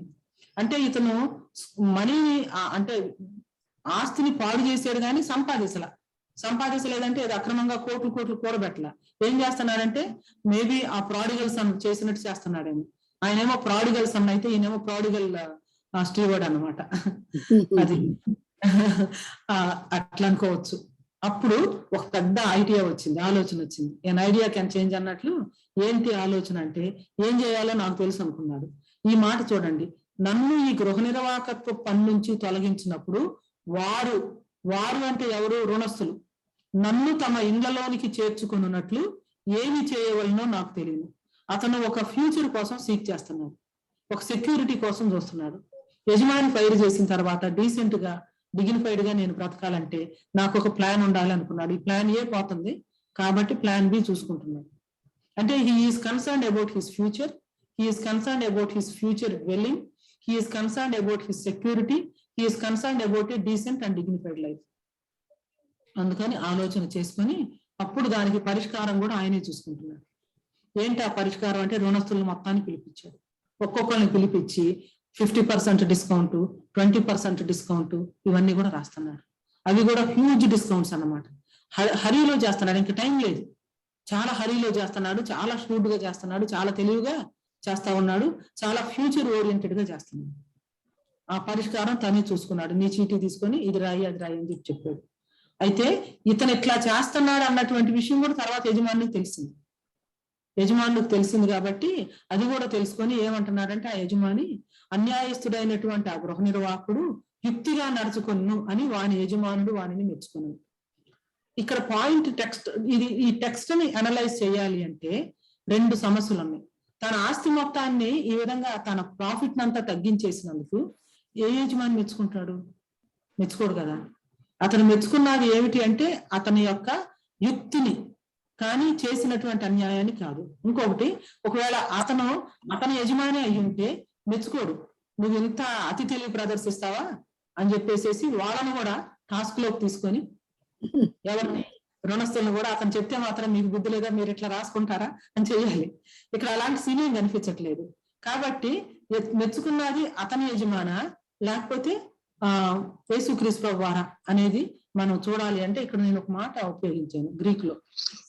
ఏంటి ఆ మాట అంటే హా కురియాస్ అంటే లార్డ్, హా కురియాస్ అంటే ద లార్డ్. ద లార్డ్ అంటే ఏ లార్డు? యేసుక్రీస్తు ప్రభువారా లేకపోతే ఇతని యజమాని? ఇతని యజమాని మెచ్చుకుంటే దేని గురించి మెచ్చుకున్నాడు?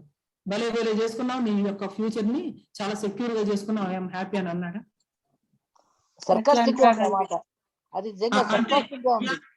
దీన్ని ఏమంటారంటే టెక్స్ట్ క్రిటికల్ ఇష్యూస్ అంటారు. ఇలాంటి టెక్స్ట్ క్రిటికల్ ఇష్యూస్ వచ్చేటప్పుడు మనకున్న ఒకే ఒక ఆధారం ఏంటంటే గ్రీక్ టెక్స్ట్ చూడటం, కాంటెక్స్ట్ ని అర్థం చేసుకోవటం, కామన్ సెన్స్ ని ఉపయోగించడం. వారి యజమాని మీరు అనుకున్నా నేనేమి ప్రాబ్లం లేదు, బట్ నేను ఇంకొక వే ఆఫ్ ఇంటర్ప్రిటేషన్ కూడా తీసుకొస్తున్నాను. ఇది కనుక టెక్స్ట్ కి అనుబంధంగా కాంటెక్స్ట్ కి ఫెయిత్ఫుల్ గా ఉంది అనుకుంటే మీరు దీన్ని అంగీకరించవచ్చు. అంగీకరించకపోయినా కూడా యాక్చువల్ గా మనకి సమస్య ఏమి లేదు. మెయిన్ పాయింట్ మనం నేర్చుకుంటున్నాం కాబట్టి దానిని తీసుకొని ఏమన్నారంటే వెలుగు సంబంధుల కంటే ఈ లోక సంబంధులు తమ తరమును బట్టి చూడగా యుక్తి పరులై ఉన్నారు. ఇక్కడ యుక్తిగా నడుచుకున్నని వారి యజమానుడు మెచ్చుకొను అనే మాట మళ్ళా సేమ్ యేసు ప్రభు వారు కూడా వాడుతున్నారు. కాబట్టి ఇది కూడా ఆ అన్యాయస్తుడైనటువంటి ఆ గృహ నిర్వాహకుడు యుక్తిగా నడుచుకున్నాడని ప్రభువారు ఎందుకు ఇచ్చేశారంటే, నాయన ఈ లోకంలో జీవించే 70-80 సంవత్సరాల కోసమే, ఆ ఫ్యూచర్ కోసమే అతను అంత స్మార్ట్నెస్, అంత ఫాస్ట్నెస్, అంత క్విక్నెస్ ప్రదర్శిస్తే మీరు అసలు నిత్యత్వంలో మీకు ధనం గుర్చుకోవడం కోసం మీరెంత జాగ్రత్తగా ఉండాలి?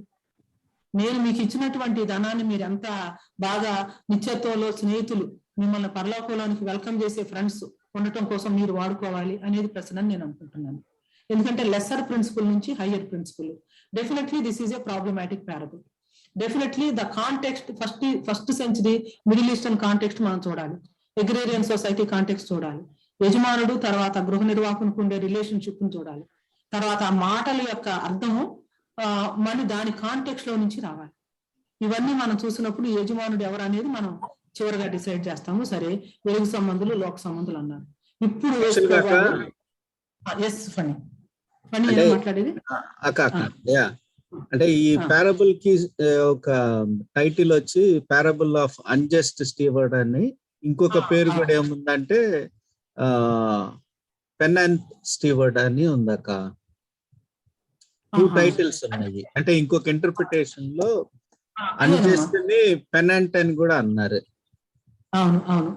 అంటే రిపెంటెంట్ స్టీఫర్డ్ అంటే అక్కడ రిపెంట్ అయ్యాడు కాబట్టి తను అప్రిషియేట్ చేశాడా, లేకపోతే షూడ్నెస్ చూపించాడా అంటే వాక్యంలో షూడ్నెస్ చూపించాడు అనేది క్లారిటీ ఉంది. అవును, రిపెంటెన్స్ అయినట్లు మనకు దాఖలాలు లేవు కదా. కాకపోతే మీకు వికీపీడియాలో దీనికి ఆ టైటిల్ కూడా పెట్టారాక. అదే అంటే పారబుల్ ఆఫ్ అన్జస్ట్ స్టీవర్డ్ అని, పారబుల్ ఆఫ్ పెనెంట్ స్టీవర్డ్ అని కూడా ఉంది. అవును, అంటే చాలా మంది చాలా రకాలుగా ఇంటర్ప్రిట్ చేశారు. కానీ మనం బైబిల్ ఎక్స్పోజిషన్ చేసి టెక్స్ట్ ని అనాలిసిస్ చేసి, అందుకే నేను చెప్పాను కదా, యూజువల్ గా నేను గ్రీక్ దగ్గరికి వెళ్ళను. ఎప్పుడైనా ప్రాబ్లమాటిక్ ప్యాసేజ్ వచ్చినప్పుడు గ్రీక్ టెక్స్ట్ దగ్గరికి వెళ్తాను. ఆ గ్రీక్ టెక్స్ట్ ని చూసి కాంటెక్స్ట్ ని మనం చూసినప్పుడు ఏది మనకి మోస్ట్ రీజనబుల్ ఇంటర్ప్రిటేషన్ అనిపిస్తుందో మనం డిసైడ్ చేద్దాం. అయితే పాయింట్ మాత్రం, ఇంపార్టెంట్ అప్లికేషన్ మాత్రం ఒకటే, అది చూద్దాము. అన్యాయపు సిరి వల్ల మీకు స్నేహితులను సంపాదించుకున్నది. ఎందుకనగా ఆ సిరి మిమ్మల్ని వదిలిపోయినప్పుడు వారు నిత్యమైన నివాసంలో మిమ్మల్ని చేర్చుకుందరని మీతో చెప్తున్నాను. ఇక్కడ ప్రాబ్లం పాయింట్ అంతా ఏంటంటే eternal dwellings, eternity, preparation for eternity. ఈ లోకంలో ఉన్న ఇల్లు కానీ ఆస్తి కానీ అవన్నీ కూడా కొంతవరకే ఉంటాయి. ఇప్పుడు LIC చేస్తాం, ఎంతవరకు? 30 సంవత్సరాలు, 40 సంవత్సరాలు, లేకపోతే ఇది. కానీ ఇంకా దానికి బియాండ్ వెళ్ళిపోయి మన పరలోకంలో ధనం కూర్చుకోవటం కోసం దీన్ని వాడేమనుకోండి, ఆ LIC పోయి హెవెన్లీ ఇన్సూరెన్స్ చేసేమనుకోండి, అది ఇటర్నల్ సెక్యూరిటీ. అంటే జస్ట్ ఈ లోకం వరకే, మనకి రిటైర్మెంట్ తర్వాత మన యొక్క బెనిఫిట్స్, దాని వరకే ఆలోచించకుండా అసలు రిటైర్మెంట్ కూడా అయిపోయి ఈ లోకంలో ఉన్న గృహాన్ని కూడా విడిచిపెట్టి పరలోకానికి మనం వెళ్ళవలసి వచ్చినప్పుడు దానికోసం మనం ఏం ప్లాన్ చేస్తున్నాం, దానికోసం మనం ఎలా సిద్ధపడుతున్నాం, that is the crux, that is the point. ఈ లోకంలో ఉన్నటువంటి ఈ లోక సంబంధులు ఇంత స్మార్ట్ గా, ఇంత ప్లాన్డ్ గా, ఇంత చక్కగా సెక్యూర్ గా వాళ్ళ ఫ్యూచర్ గురించి ఆలోచిస్తుంటే ఇటర్నల్ ఫ్యూచర్ గురించి మీరు ఎంతగా ఆలోచించాలి. ఇక్కడ వారు నిత్యమైన నివాసముల్లో మిమ్మల్ని చేర్చుకుందరు అంటే నిత్యమైన నివాసాల గురించి మాట్లాడుతున్నారు. అన్యాయపు సిరి వల్ల మీకు స్నేహితులను సంపాదించుకోండి అంటే యేసుప్రభువు గారు చెప్తున్నది, మీకు ఈ లోకంలో ఇచ్చినటువంటి ఈ డబ్బు, మెయిన్ గా ఈ ప్యాసేజ్ డబ్బు గురించేగా, ఈ ఆస్తి, ఈ అంతస్తులు, ఇవన్నీ కూడా పరలోకంలో అనేకులు ప్రవేశించడానికి, మీ ద్వారా, అంటే పరలోకంలో స్నేహితులు అంటే నిత్యమైన నివాసాల్లో స్నేహితులు అంటే ఫర్ ఎగ్జాంపుల్ ఒక ట్రైబ్ మొత్తానికి సువార్త ప్రకటించడం కోసం మీకున్న దాన్ని వెచ్చించారు అనుకుందాం. రేపు మీరు పరలోకంలోకి వెళ్ళేటప్పుడు వాళ్ళు ఎక్కడ ఉంటారంటే అక్కడే ఉంటారు మిమ్మల్ని వెల్కమ్ చేయడానికి. Thank you so very much, because of you we are here. అంటే జస్ట్ లైక్ ఎన్ ఎగ్జాంపుల్. అది చెప్పి ఏమన్నారంటే మిక్కిలి కొంచెంలో నమ్మకంగా ఉండేవాడు ఎక్కువలోనూ నమ్మకంగా ఉంటాడు, మిక్కిలి కొంచెంలో అన్యాయంగా ఉండేవాడు ఎక్కువలోను. అంటే న్యాయము నమ్మకత్వం అనేది it is not the question of quantity, it is the question of quality. కొంచెమేగా ఏముందిలే అని చెప్పేసి మనం ఓవర్లుక్ చేయకూడదు. కొంచెంలో కనుక నమ్మకంగా లేకపోతే ఎక్కువలో కూడా నమ్మకంగా ఉండాలి. ఒక పిల్లోడు స్కూల్లో అందరి పెన్నులు, పెన్సిళ్ళు ఇవన్నీ కూడా దొంగతనం చేస్తున్నాడంట, పేపర్లు తర్వాత అట్లాంటివన్నీ. టీచర్ చాలా ఫ్రస్ట్రేట్ అయిపోయి ఫాదర్ని పిలిపించాడంట. ఏమంటే మీ కొడుకు ఇట్లా చేస్తున్నాడంటే ఫాదర్ అన్నాడంట, అయ్యో నాకు తెలియదు, వాడికి ఇవన్నీ ఇష్టం, లేకపోతే నేనే ఆఫీస్ నుంచి తీసుకొచ్చి పెట్టేవాడిని, ఇంట్లో కట్లన్నాను. What does that mean? వాడికి పెన్నులు, పెన్సిళ్ళు, పేపర్లు కావాలనుకుంటే నేనే ఆఫీస్ నుంచి తీసుకొచ్చి పెట్టేవాడిని. సో కాబట్టి మీరు ఇది అన్యాయపు సిరి విషయంలో నమ్మకంగా, అన్యాయపు సిరి అంటే ఏదో అన్యాయం ద్వారా సంపాదించిందని కాదు, ఈ లోకంలో ఉన్నటువంటి ధనం అంటే ఒక సిస్టమ్ ని, అంటే ఆల్రెడీ సిస్టమ్ అంతా కరప్టెడ్, ఈవిల్ అనేది మనం ఎస్టాబ్లిష్ చేసాం కదా. ఈ విషయంలో మీరు నమ్మకంగా లేకపోతే సత్యమైన ధనమును ఎవరు మీ వశం చేయండి. పరుల సొమ్ము విషయంలో మీరు నమ్మకంగా ఉండకపోతే సొంతమైనది మీకు ఎవడిచ్చును అని చెప్పి ఇక అసలు మెయిన్ పాయింట్ అనమాట. అన్ని మెయిన్ పాయింట్సే దీనిలో. ఏ సేవకుడు ఇద్దరు యజమానులను సేవించలేడు. ఒకరిని ద్వేషిస్తాడు, ఇంకొకరిని ప్రేమిస్తాడు. ఒకరిని అనుసరిస్తే ఇంకొకరిని ప్రేమిస్తాడు. మీరు నన్ను సేవించాలనుకుంటే సిరిని సేవించలేరు, సిరిని గనక మీరు సేవిస్తుంటే నన్ను సేవించలేరు. రిచ్చంగులూరు వచ్చినప్పుడు దేవుడు ఏమన్నాడు? బోధకుడా, నిత్య జీవానికి వారసునవటానికి నేనేం చేయాలంటే యేసు అతన్ని చూచి అతన్ని ప్రేమించి, నీకు ఒక్కటి తక్కువగా ఉంది, నీ ఆస్తి నమ్మి బేదలకి నీవు వచ్చి నన్ను వెంబడించంటే రొసరొసలాడుతా ముఖం చిన్న పుచ్చుకుని వెళ్ళిపోయాడు. శిష్యులతో ఆ మాట చెప్పలేదే, ఎందుకంటే వాళ్ళకి పెద్ద ఆస్తి లేదు, ఆస్తి మీద వాళ్ళకి మనసు లేదు. నన్ను వెంబడించండి అన్నారు, వెంబడించారు. ఈ యొక్క రిచ్ అండ్ రూలరే నీవు నన్ను వెంబడించు అంటే హ్యాపీగా వచ్చి ఉండేవాడు. యేసు ప్రభు వారు నీ ఆస్తి నమ్మి బేదలకి నీవు వచ్చి నన్ను వెంబడించనేసరికి ఇక నా వల్ల కాదనుకున్నాడు, వెళ్ళిపోయాడు. దేవుణ్ణి, సిరిని మీరు సేవింపలేరు. We should live as children of light. వెలుగు సంబంధులైనటువంటి పిల్లల్లాగా మనం జీవించాలి. సో ఈ లోకం వరకే కాదు జీవితం. చెప్పండి ఫండి. యాక్చువల్ గా అది చాలా క్రిటికల్ వర్స్ అక్క, 13th వర్స్. ఇప్పుడున్న ప్రజెంట్ డే ప్రీచర్స్ కోసం ఉద్దేశించి చెప్పబడినటువంటి వాక్యం అది. ఒకసారి వెళ్ళండి అక్క, మళ్ళీ ఒకసారి వెళ్ళండి అక్క. 13th అదేనా? 13th అక్క, లాస్ట్. షూర్. లాస్ట్ అంటే 9 వచ్చింది కదా? 13 అక్క, 13. Okay, very good. అంటే బేసికల్లీ ఏ సేవకుడు అంటే, సేవకుడు అనేది ఇద్దరు యజమానులను సేవింపలేడు. అంటే ఇప్పుడున్న స్ట్రక్చర్ ఏంటంటే నాకు బిజినెస్ మోడల్స్ అన్ని కూడా, ఇప్పుడు నేను సేవకుడిని అని చెప్పుకునేవాడు ఒక బిజినెస్ ప్లాన్ తోటి వస్తాడు. వాటి టార్గెట్ ఏంటంటే, నేను ఒక చిన్న చర్చ్ మొదలు పెడతాను, తర్వాత దాన్ని స్టేడియం చర్చ్కి వెళ్ళాలి అనేది ఒక కాన్సెప్ట్ పెట్టుకొని వచ్చేవాళ్ళు ఈ రోజున సో కాల్డ్ సేవకులు. నాకు, మీకు, ప్రతి ఒక్కరికి ఇక్కడ మనందరం కూడా సేవకులమే.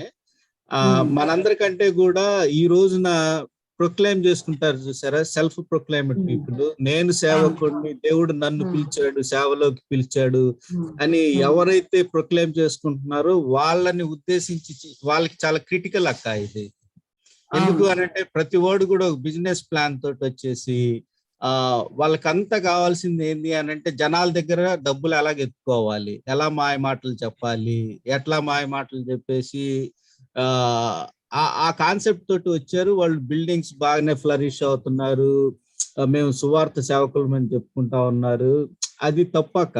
అంటే దేవుణ్ణి ప్రేమించిన వాళ్ళు దేవుని మీద ఆధారపడి ఉంటారు. ఈ హేలాకు సంబంధంగా ఈ మెటీరియలిస్టిక్ పొజిషన్స్ కోసం అయితే అంత డెస్పరేట్ గా ప్రాకులాడకూడదు. మనీ అనేది అది చెడ్డ పదమేం కాదు, కాకపోతే దాని మీద అపేక్ష కలిగి ఉండటం మాత్రం చాలా తప్పు. అది సిన్. నేను 100% అగ్రీ చేస్తాను. కానీ నాకు 2 జోక్స్ ఉన్నాయి, అంటే ఇట్లా చెప్పడం ఇష్టం లేదు. కానీ పేతురు యోహాన్లు ఏమన్నారంటే, వెండి బంగారాలు నా దగ్గర లేదు కానీ నాకున్నదే మీకు ఇస్తున్నాను అన్నారు. ఈ రోజున సేవకులు ఏమంటున్నారంటే, మీ వెండి బంగారాలన్నీ మా దగ్గర తీసుకురండి, మేము మీకు వాక్యం చెప్తున్నాం కదా అంటున్నారు. ఎంత ఘోరం. లేదా ఒక హోటల్కో లేకపోతే ఇంకొక తీసుకుని వెళ్ళి, ఒక షాపింగ్ కాంప్లెక్స్ కో తీసుకొని వెళ్ళి వాళ్ళకి అవసరమైన ఎన్ని షాపింగ్ చేసుకొని, you pay, I will pray for you అంటున్నారు.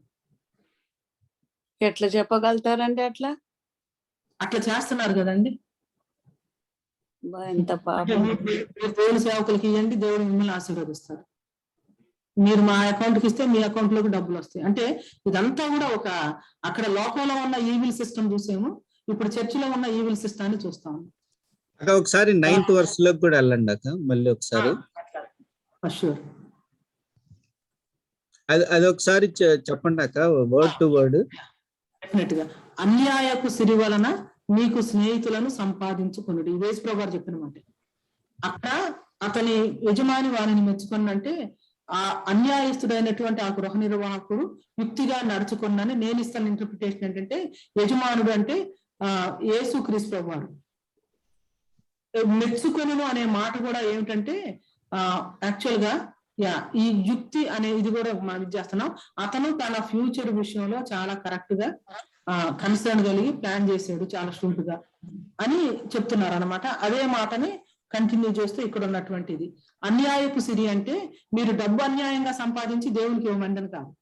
ఎందుకంటే జక్కయ్య ఇంటికి వెళ్ళినప్పుడు, నేను అన్యాయంగా ఎవరి దగ్గరన్నా ఏమైనా తీసుకుంటే దానికి 4 గంటలు ఇస్తాను అన్నాడు. అన్యాయాన్ని ఖండించినటువంటి ప్రభు అన్యాయంగా సంపాదించుకోవటం ఒప్పుకోరు. ఎవరైనా అన్యాయంగా సంపాదించి తీసుకొచ్చి ఇచ్చినా కూడా ఆయన కేర్ చేయరు. ధనవంతులు ఇంతంత పెద్ద పెద్ద వాళ్ళ ధనంలో నుంచి ఈ శాస్త్రులు పరిచయాలు వేస్తా ఉంటే అసలు దాన్ని ఆయన కేర్ చేయరు. ఒక పేద వివరాలు 2 మైట్స్ వేస్తే ఆయన దాన్ని ఎంతగానో గొప్పగా చెప్పాడు, రాయించాడు దేవుని వాడు. ఫ్లాష్ బ్యాక్ ఏం లేకుండా, అంటే 8th verse మీద ఫ్లాష్ బ్యాక్ ఏం లేకుండా జస్ట్ 9th verse ఒక్కటే మీరు యాజ్ తీసుకు చూసారనుకోండి, అన్యాయపు సిరి వలన మీకు స్నేహితులను సంపాదించుకొనిడి. అంటే ఆ ఫ్లాష్ బ్యాక్ ఏం లేకుండా జస్ట్ ఆ వర్డ్ టు వర్డ్ దాన్ని ఎలా ఇంటర్ప్రిట్ చేయొచ్చు? చెప్తాను. ఆ ఫ్లాష్ బ్యాక్ ఎందుకు ఇస్తున్నానంటే, అన్యాయపు సిరి అంటే అన్యాయంగా సంపాదించిన డబ్బు కాదు అని చెప్పడానికి ఇది చెప్పాను అన్నమాట. దేవుడు అన్యాయంగా సంపాదించిన డబ్బు తీసుకొచ్చి ఇవ్వమని చెప్పలేదు. అన్యాయపు సిరి అనేది it is a word used to refer to this worldly wealth.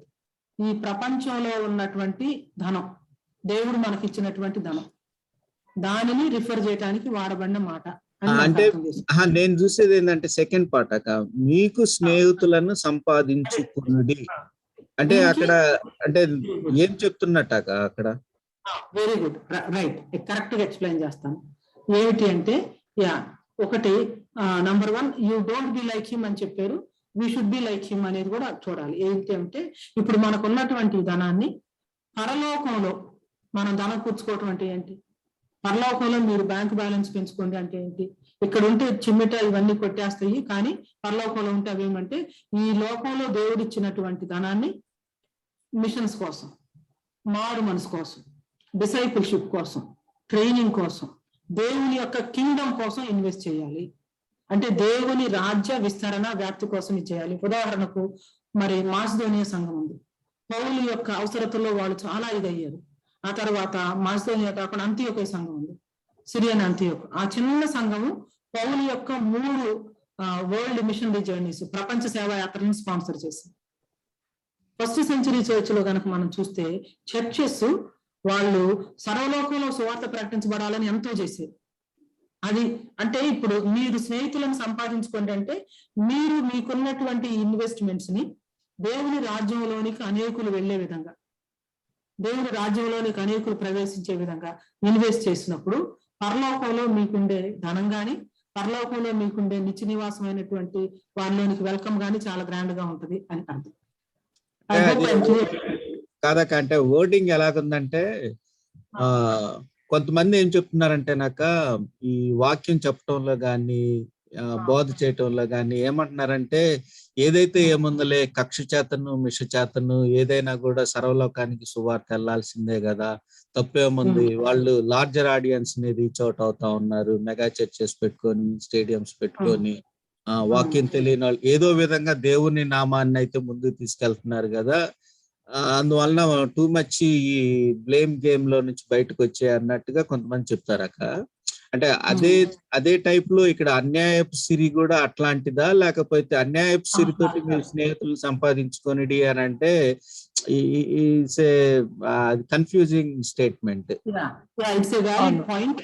అస్సలు కాదు. అన్యాయపు సిరి అంటే ఇది అందరికి, అక్కడ ఉన్నటువంటి సేవకులకే కాదు, శిష్యులకి, జనసమూహాలకి, అందరికి ఇటర్నిటీ గురించి మీరు ఆలోచన కలిగి ఉండండి. ఇటర్నల్ గా ఉన్నటువంటి వాటి కోసం ప్రాధాన్యత ఇవ్వండి. దానిలో పరలోకంలో ధనం కూర్చుకోవటానికి మీరు ప్రయత్నించండి. తర్వాత పరలోక రాజ్యానికి అనేకులు మరి చేరేటట్లుగా మీకున్నటువంటి ఇన్వెస్ట్మెంట్స్ ని ఉపయోగించండి. అంటే మీ దగ్గర గ్రీక్ బైబిల్ ఉంటే ఒకవేళ ఎప్పుడన్నా రిఫర్ చేసి చెప్పండి అక్క, ఎందుకంటే అది కన్ఫ్యూజింగ్ గా ఉంది. ఇది గ్రీక్ టెక్స్ట్ కూడా నేను ఇచ్చేస్తాను. అన్యాయపు సిరి అనే దాని దగ్గర అక్కడ వాడబడిన మాట కూడా నేను చెప్పాను కదా, ఇక్కడ మేమన్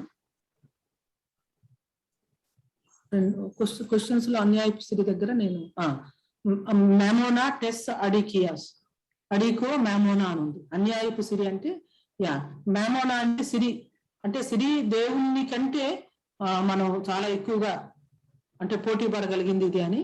అన్యాయపు సిరి అనేది జనరల్ గా కూడా మనం చూసినప్పుడు డిఫరెంట్ కాంటెక్స్టుల్లో లోకంలో ఉన్నటువంటి ధనం.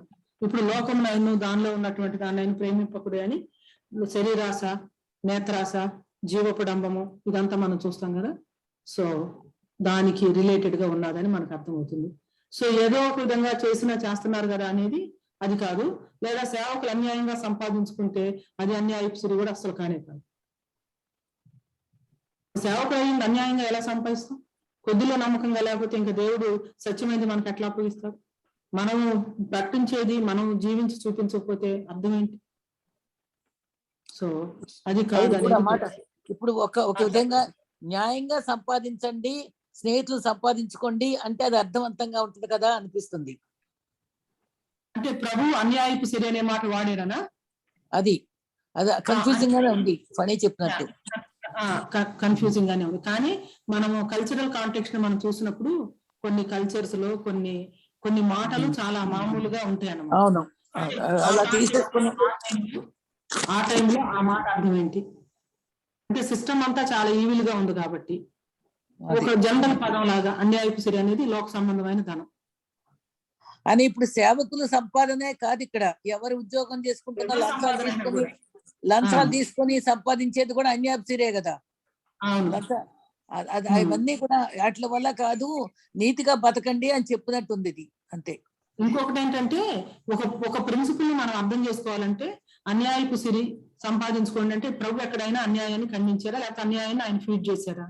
ఎవరైనా అన్యాయంగా చేస్తే ఆయన ఊరుకున్నారా? లేదు కదా. కాబట్టి ఆ భాగాలన్నింటి బట్టి ఆయన అన్యాయాన్ని ఖండించాడు.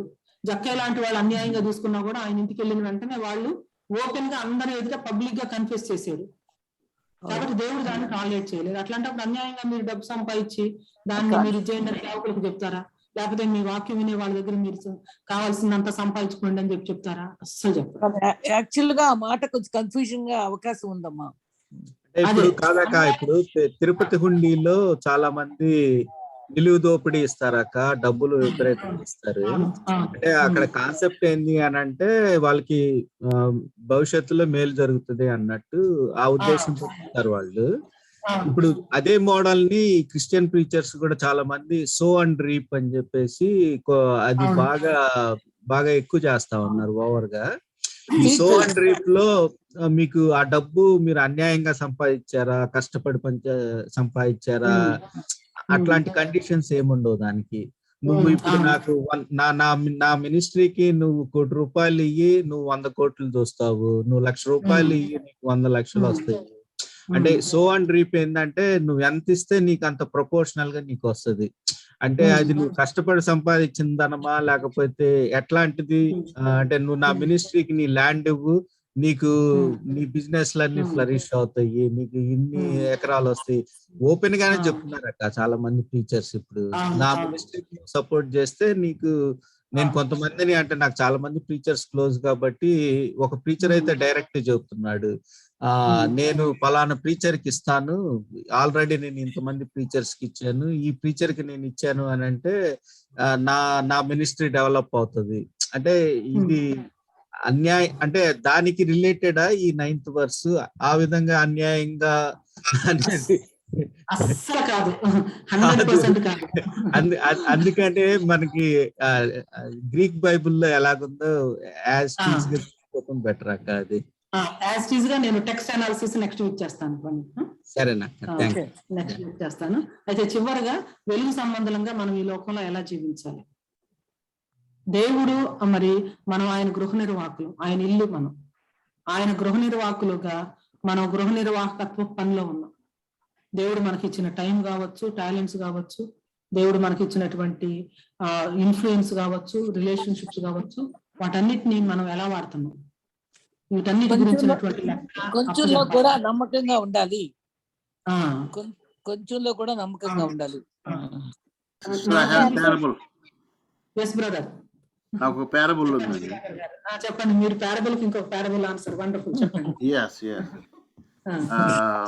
ఒక company CEO he wanted to retire అన్నమాట. So he found 5 brilliant people in the company.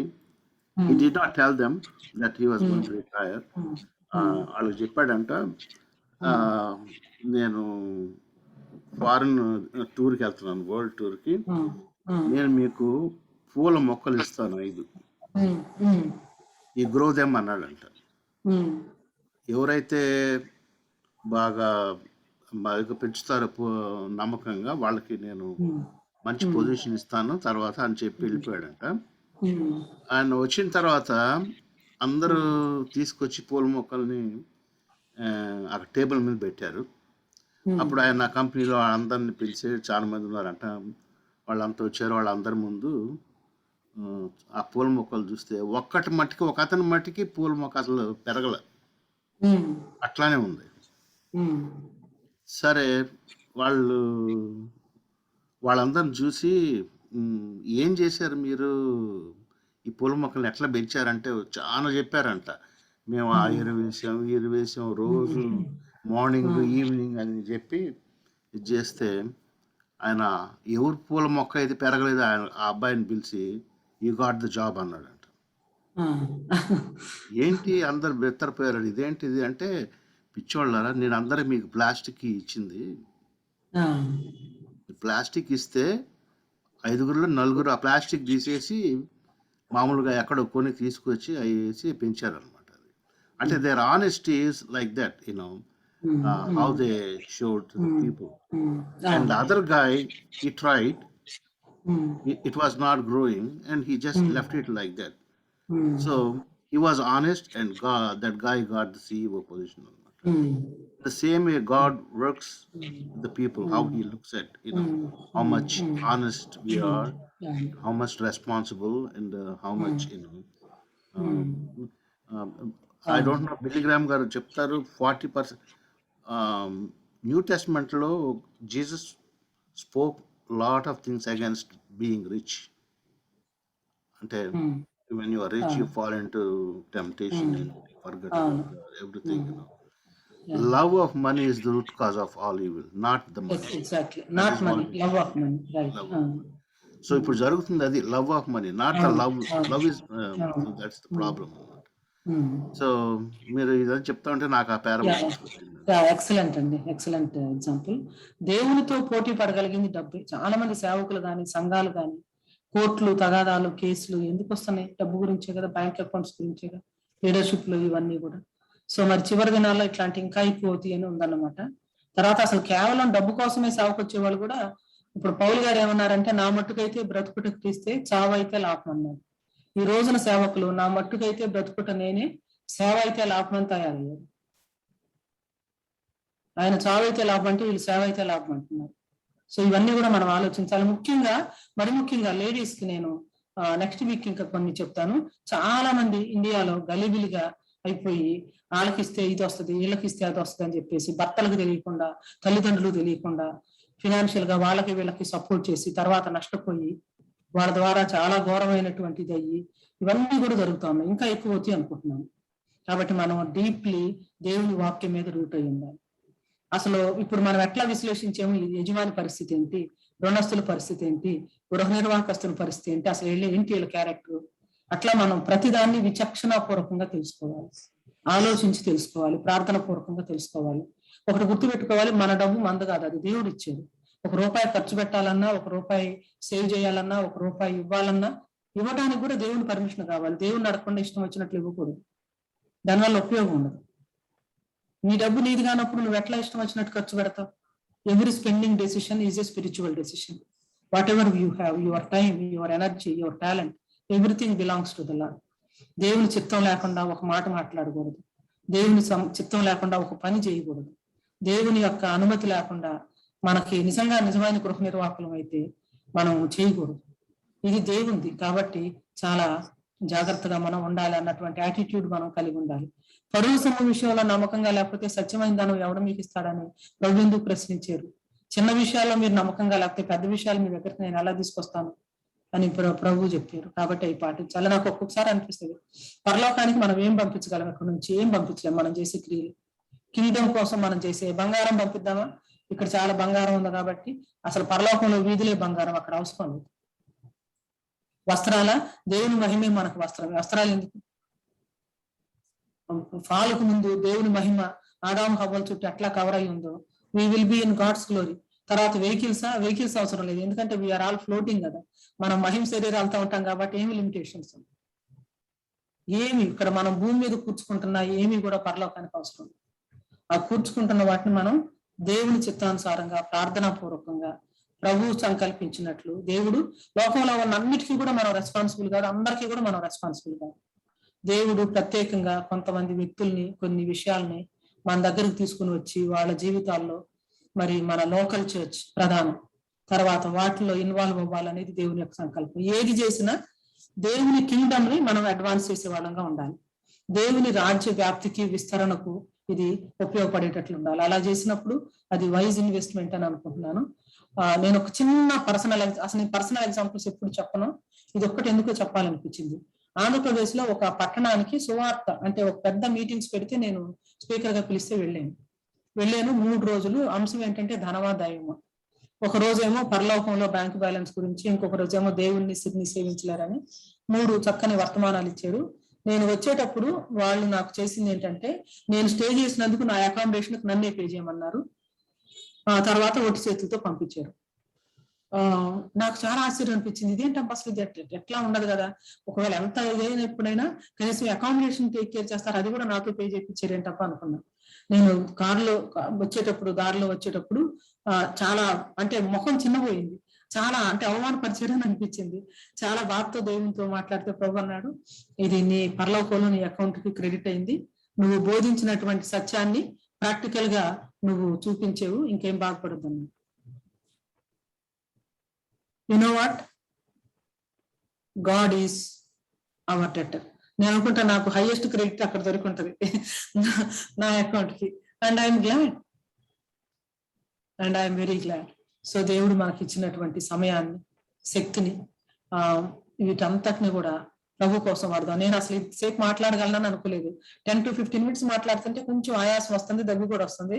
కానీ అద్భుతం, మీ అందరు ప్రార్థనలు అవ్వచ్చు, లేదా మిమ్మల్ని అందరినీ చూడటం వల్ల కలిగిన సంతోషం అవ్వచ్చు. దగ్గు రాలేదు, ఆయాసం రాలేదు, అలసట కూడా అనిపించలేదు. దేవునికి స్తోత్రం.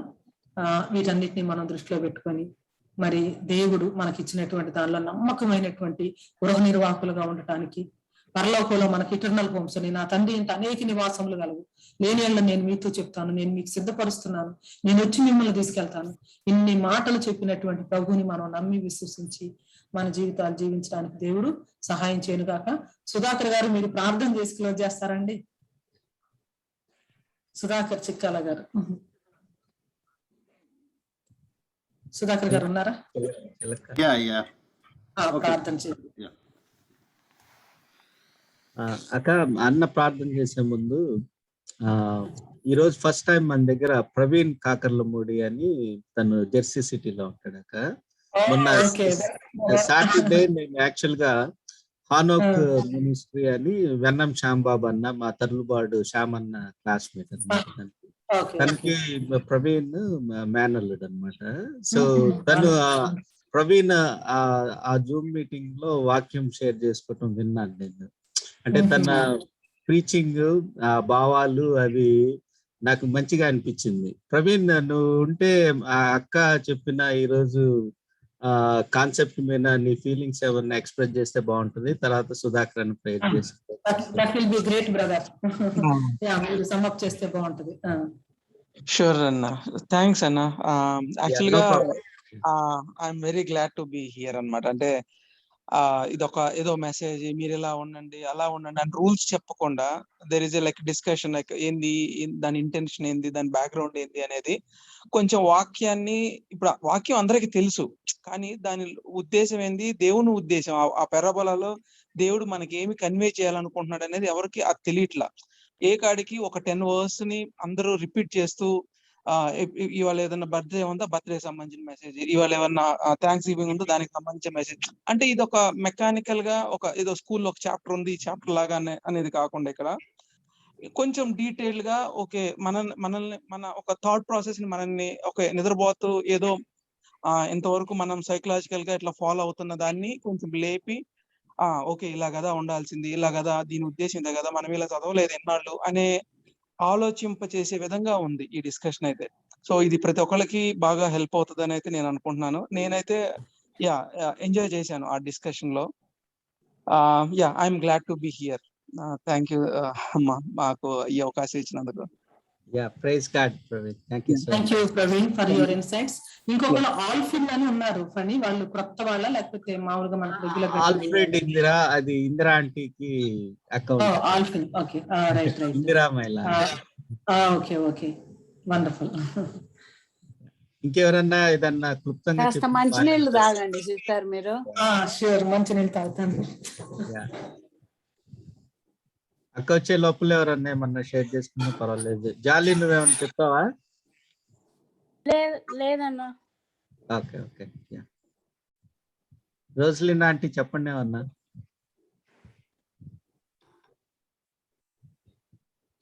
అంటే లోకాన్ని ఎక్కువ ప్రేమించకూడదు అని నిజంగా మనము చాలా వరకు లోకాన్నే ప్రేమిస్తూ ఉంటాము.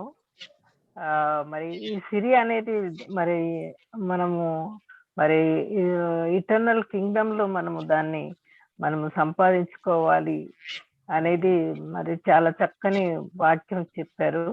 మరి సిరికి దేవునికి ఏమి కూడా పొత్తు లేదు అని చెప్పి కూడా చాలా బాగా చెప్పారు. మరి మనం లోకం అంటే మన అంటే నిజంగా when we love money that causes sin అనేది కూడా మరి చాలా చక్కగా చెప్పారు. కాబట్టి మనము లోకం వైపు కాకుండా మరి పరలోకంలో మన యొక్క ధనం సమకూర్చుకోవాలని నేను మరి గ్రహించిన విషయం చెప్తున్నానండి. ఒక విధంగా ఒక విధంగా చెప్పాలంటే అంత సిక్గా ఉండి తన అలవాటైనటువంటి ఆ వాక్య పరిచర్య మీద ప్యాషన్ మాత్రం నా అప్రిషియేట్ దట్. ఇంత త్వరగా తను మళ్ళీ వచ్చేసి ఇన్ని విషయాలు ఇంత చక్కగా వైఫ్ అండ్ హస్బెండ్ కూడా మేడ్ ఫర్ ఈచ్ అదర్ అండి. సుధాకర్ మరి మీ హస్బెండ్ లాస్ట్ టైం చెప్పిన చూడ లైవ్లీ ఉంది. క్వశ్చనింగ్ వెరీ గ్రేట్ అండి, అది ఎవరికి రాదు. అంటే నేను కూడా అవి చెప్తుంటా కాబట్టి అందరినీ చూస్తా కదా. ఈ క్వశ్చనింగ్ అంత యూనిక్ గా ఇంటెలిజెంట్ గా ఆ కరెక్ట్ పాయింట్ ఎలిసిట్ చేయడంలో ఇద్దరు కూడా ఒకే వన్నెస్ ఉందండి. అది మాత్రం నేను గమనిస్తాను. ఏది కోరుకున్నారో అది ఎలిసిట్ చేయడానికి ఆ క్వశ్చనింగ్ ని చాలా ఎంత ట్విస్టింగ్ గా చెప్పినా ఏం చెప్పినా యూ గెట్ ద పాయింట్. అది మాత్రం ఏ కోరుకున్నారో అది మాత్రం క్వశ్చనింగ్ ద్వారా సంపాదించుకుంటున్నారు. అది మాత్రం నేను నేర్చుకున్నాను. అదొకటి. చక్కటి అనలైజింగ్, ఒక ఆపోజిట్ చెప్పడం, ఆపోజిట్స్ తీసుకోవడం, ఒక్కొక్కరి గురించి చెప్పడం, అది మాత్రం ఇందాక బాబు ఫణి వధువు చెప్పినట్టుగా అది చాలా యూనిక్ గా ఉంది. అంటే అది ఇన్సెట్ చేసే విధానంలో ఒక్కొక్క టాపిక్ ని ఒక్కొక్క వ్యక్తిని పికప్ చేయడం, దాన్ని కాన్సన్ట్రేట్ చేయడం, దాన్ని అందరికి కూడా అది మర్చిపోకుండా ఆ థాట్ గృహ నిర్వాహకస్తుడు అనుకో, యజమానమని, రుణస్థుడమని, అట్లా వాళ్ళ పార్ట్ ఏంటది, అది గాడ్ ఏంటి, మనం నేర్చుకోవాల్సింది ఏంటి, ఇవన్నీ ఒక 8 పాయింట్స్ బ్యూటిఫుల్ గా అనలైజ్ చేశారు Shanti. Thank you. Thank you. Shanti గారు మీరేం మాట్లాడలేదు, బిగ్ గా ఉన్నారని అనుకుంటున్నాను. శాంతి భాస్కర్ గారు సిక్ గా ఉన్నారా, పడ్డారు, అదే చాలా వీక్ గా పెయిన్ఫుల్ గా ఉన్నారు ఈరోజు. చివరిగా ఒక్క చిన్న థాట్ ఇచ్చి నేను ముగిస్తాను. సుధాకర్ గారు ప్రార్థన చేస్తారు. మనకి దేశంలో నేను చూసినప్పుడు అనిపిస్తుంది, చాలా మంది అన్యాయంగా అక్రమంగా కోట్లు సంపాదిస్తారు తమ తరాల కోసం అని. అసలు ఆ తర్వాత తరాలు వాళ్ళు వీళ్ళ పేరు కూడా గుర్తుండదు, వీళ్ళ ముఖం కూడా గుర్తుండదు.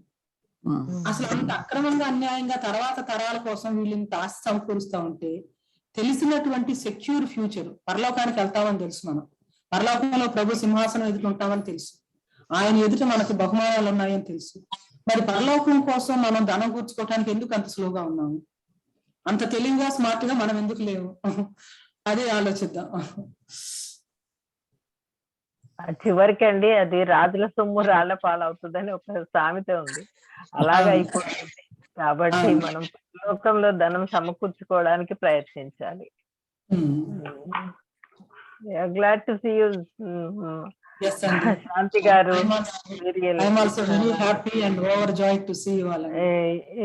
But you have to take rest అండి. నేను క్లాస్ కూడా ఇంతవరకు టీచ్ చేయలేదు, క్లాస్ టీచింగ్ నుంచి కూడా బ్రేక్ తీసుకున్నా.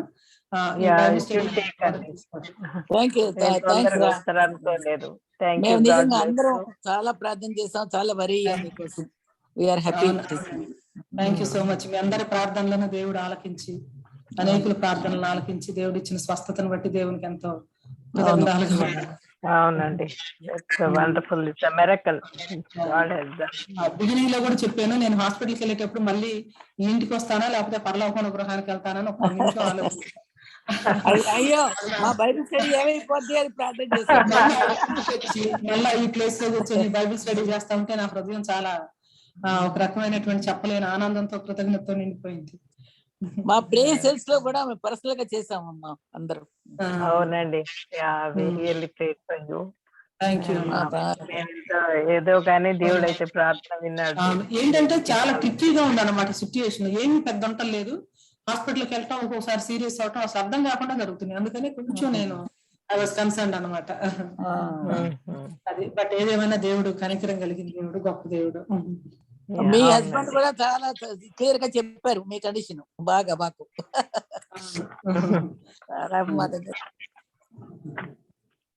మీ వల్ల దేవునికి పని ఉన్నదండి. మీ యొక్క ఆరోగ్యానికి మంచిగా చూసుకోండి, ఎందుకంటే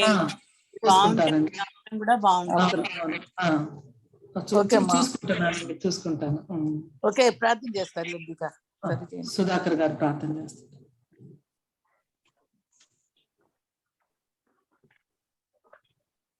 There are two types of blessings, and one is fake blessing, that is blessing from Satan, and they are lost. And Proverbs 10:22 lo em cheppindante, em rasarante, the blessing of the Lord brings wealth without painful toil for it. So the blessing of the Lord may make you rich, but you will invest in the kingdom of the Lord. That's what. So fake blessings come from the Satan, the real blessings come from the Lord. That's what. Okay, let's pray. Heavenly Father, we thank you and praise you for this time you have given us, this precious time.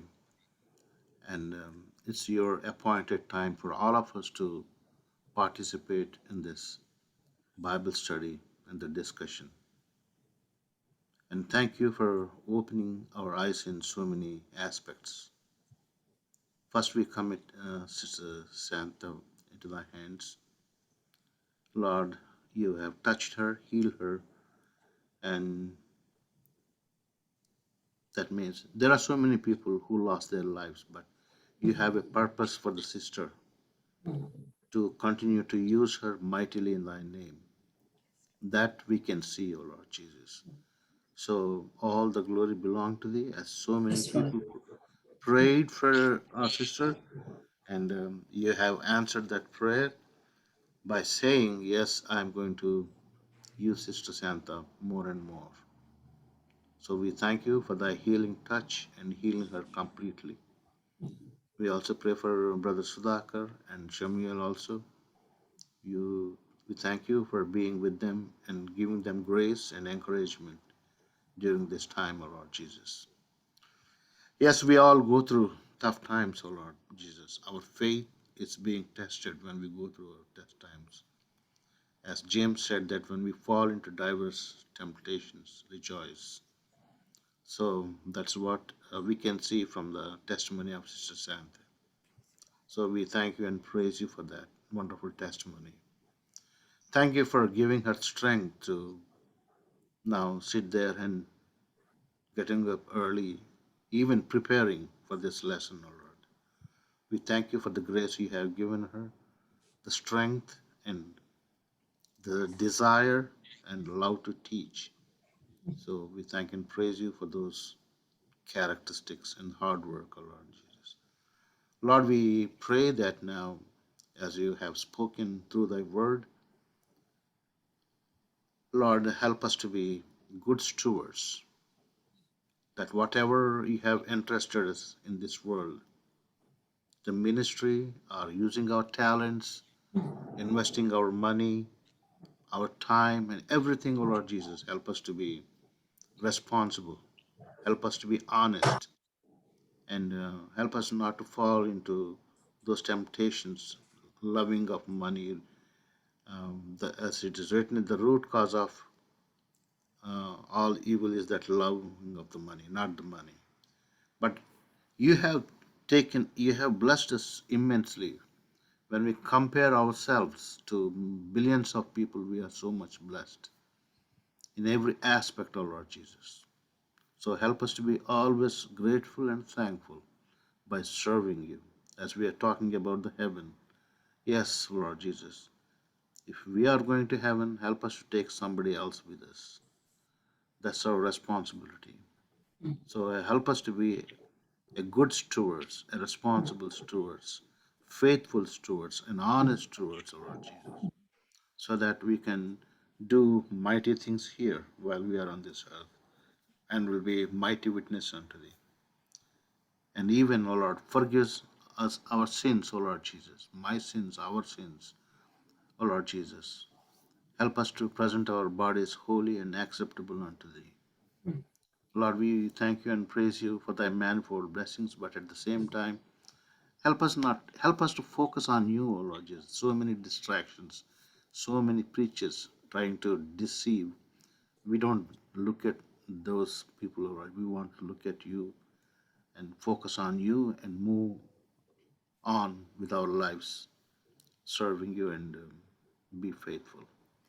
Once again, we commit each one of the participants in this Bible study. You bless them with spiritual blessings, physical and every health and financial, and help us to, O Lord, be Jesus, obedient unto thy word, and help us to continue to strive. As Paul said, that keep pressing on. So help us to be, O Lord Jesus, and keep pressing against all those evil forces while we are trying to actively involve in the ministry. So you be with us, lead us, and guide us. Once again, we commit Santa into thy hands, and you completely heal her, and we pray that you use her mightily in thy name. We ask all this in the most worthy and precious name of our Lord and Savior Jesus Christ. Amen. Amen. Amen.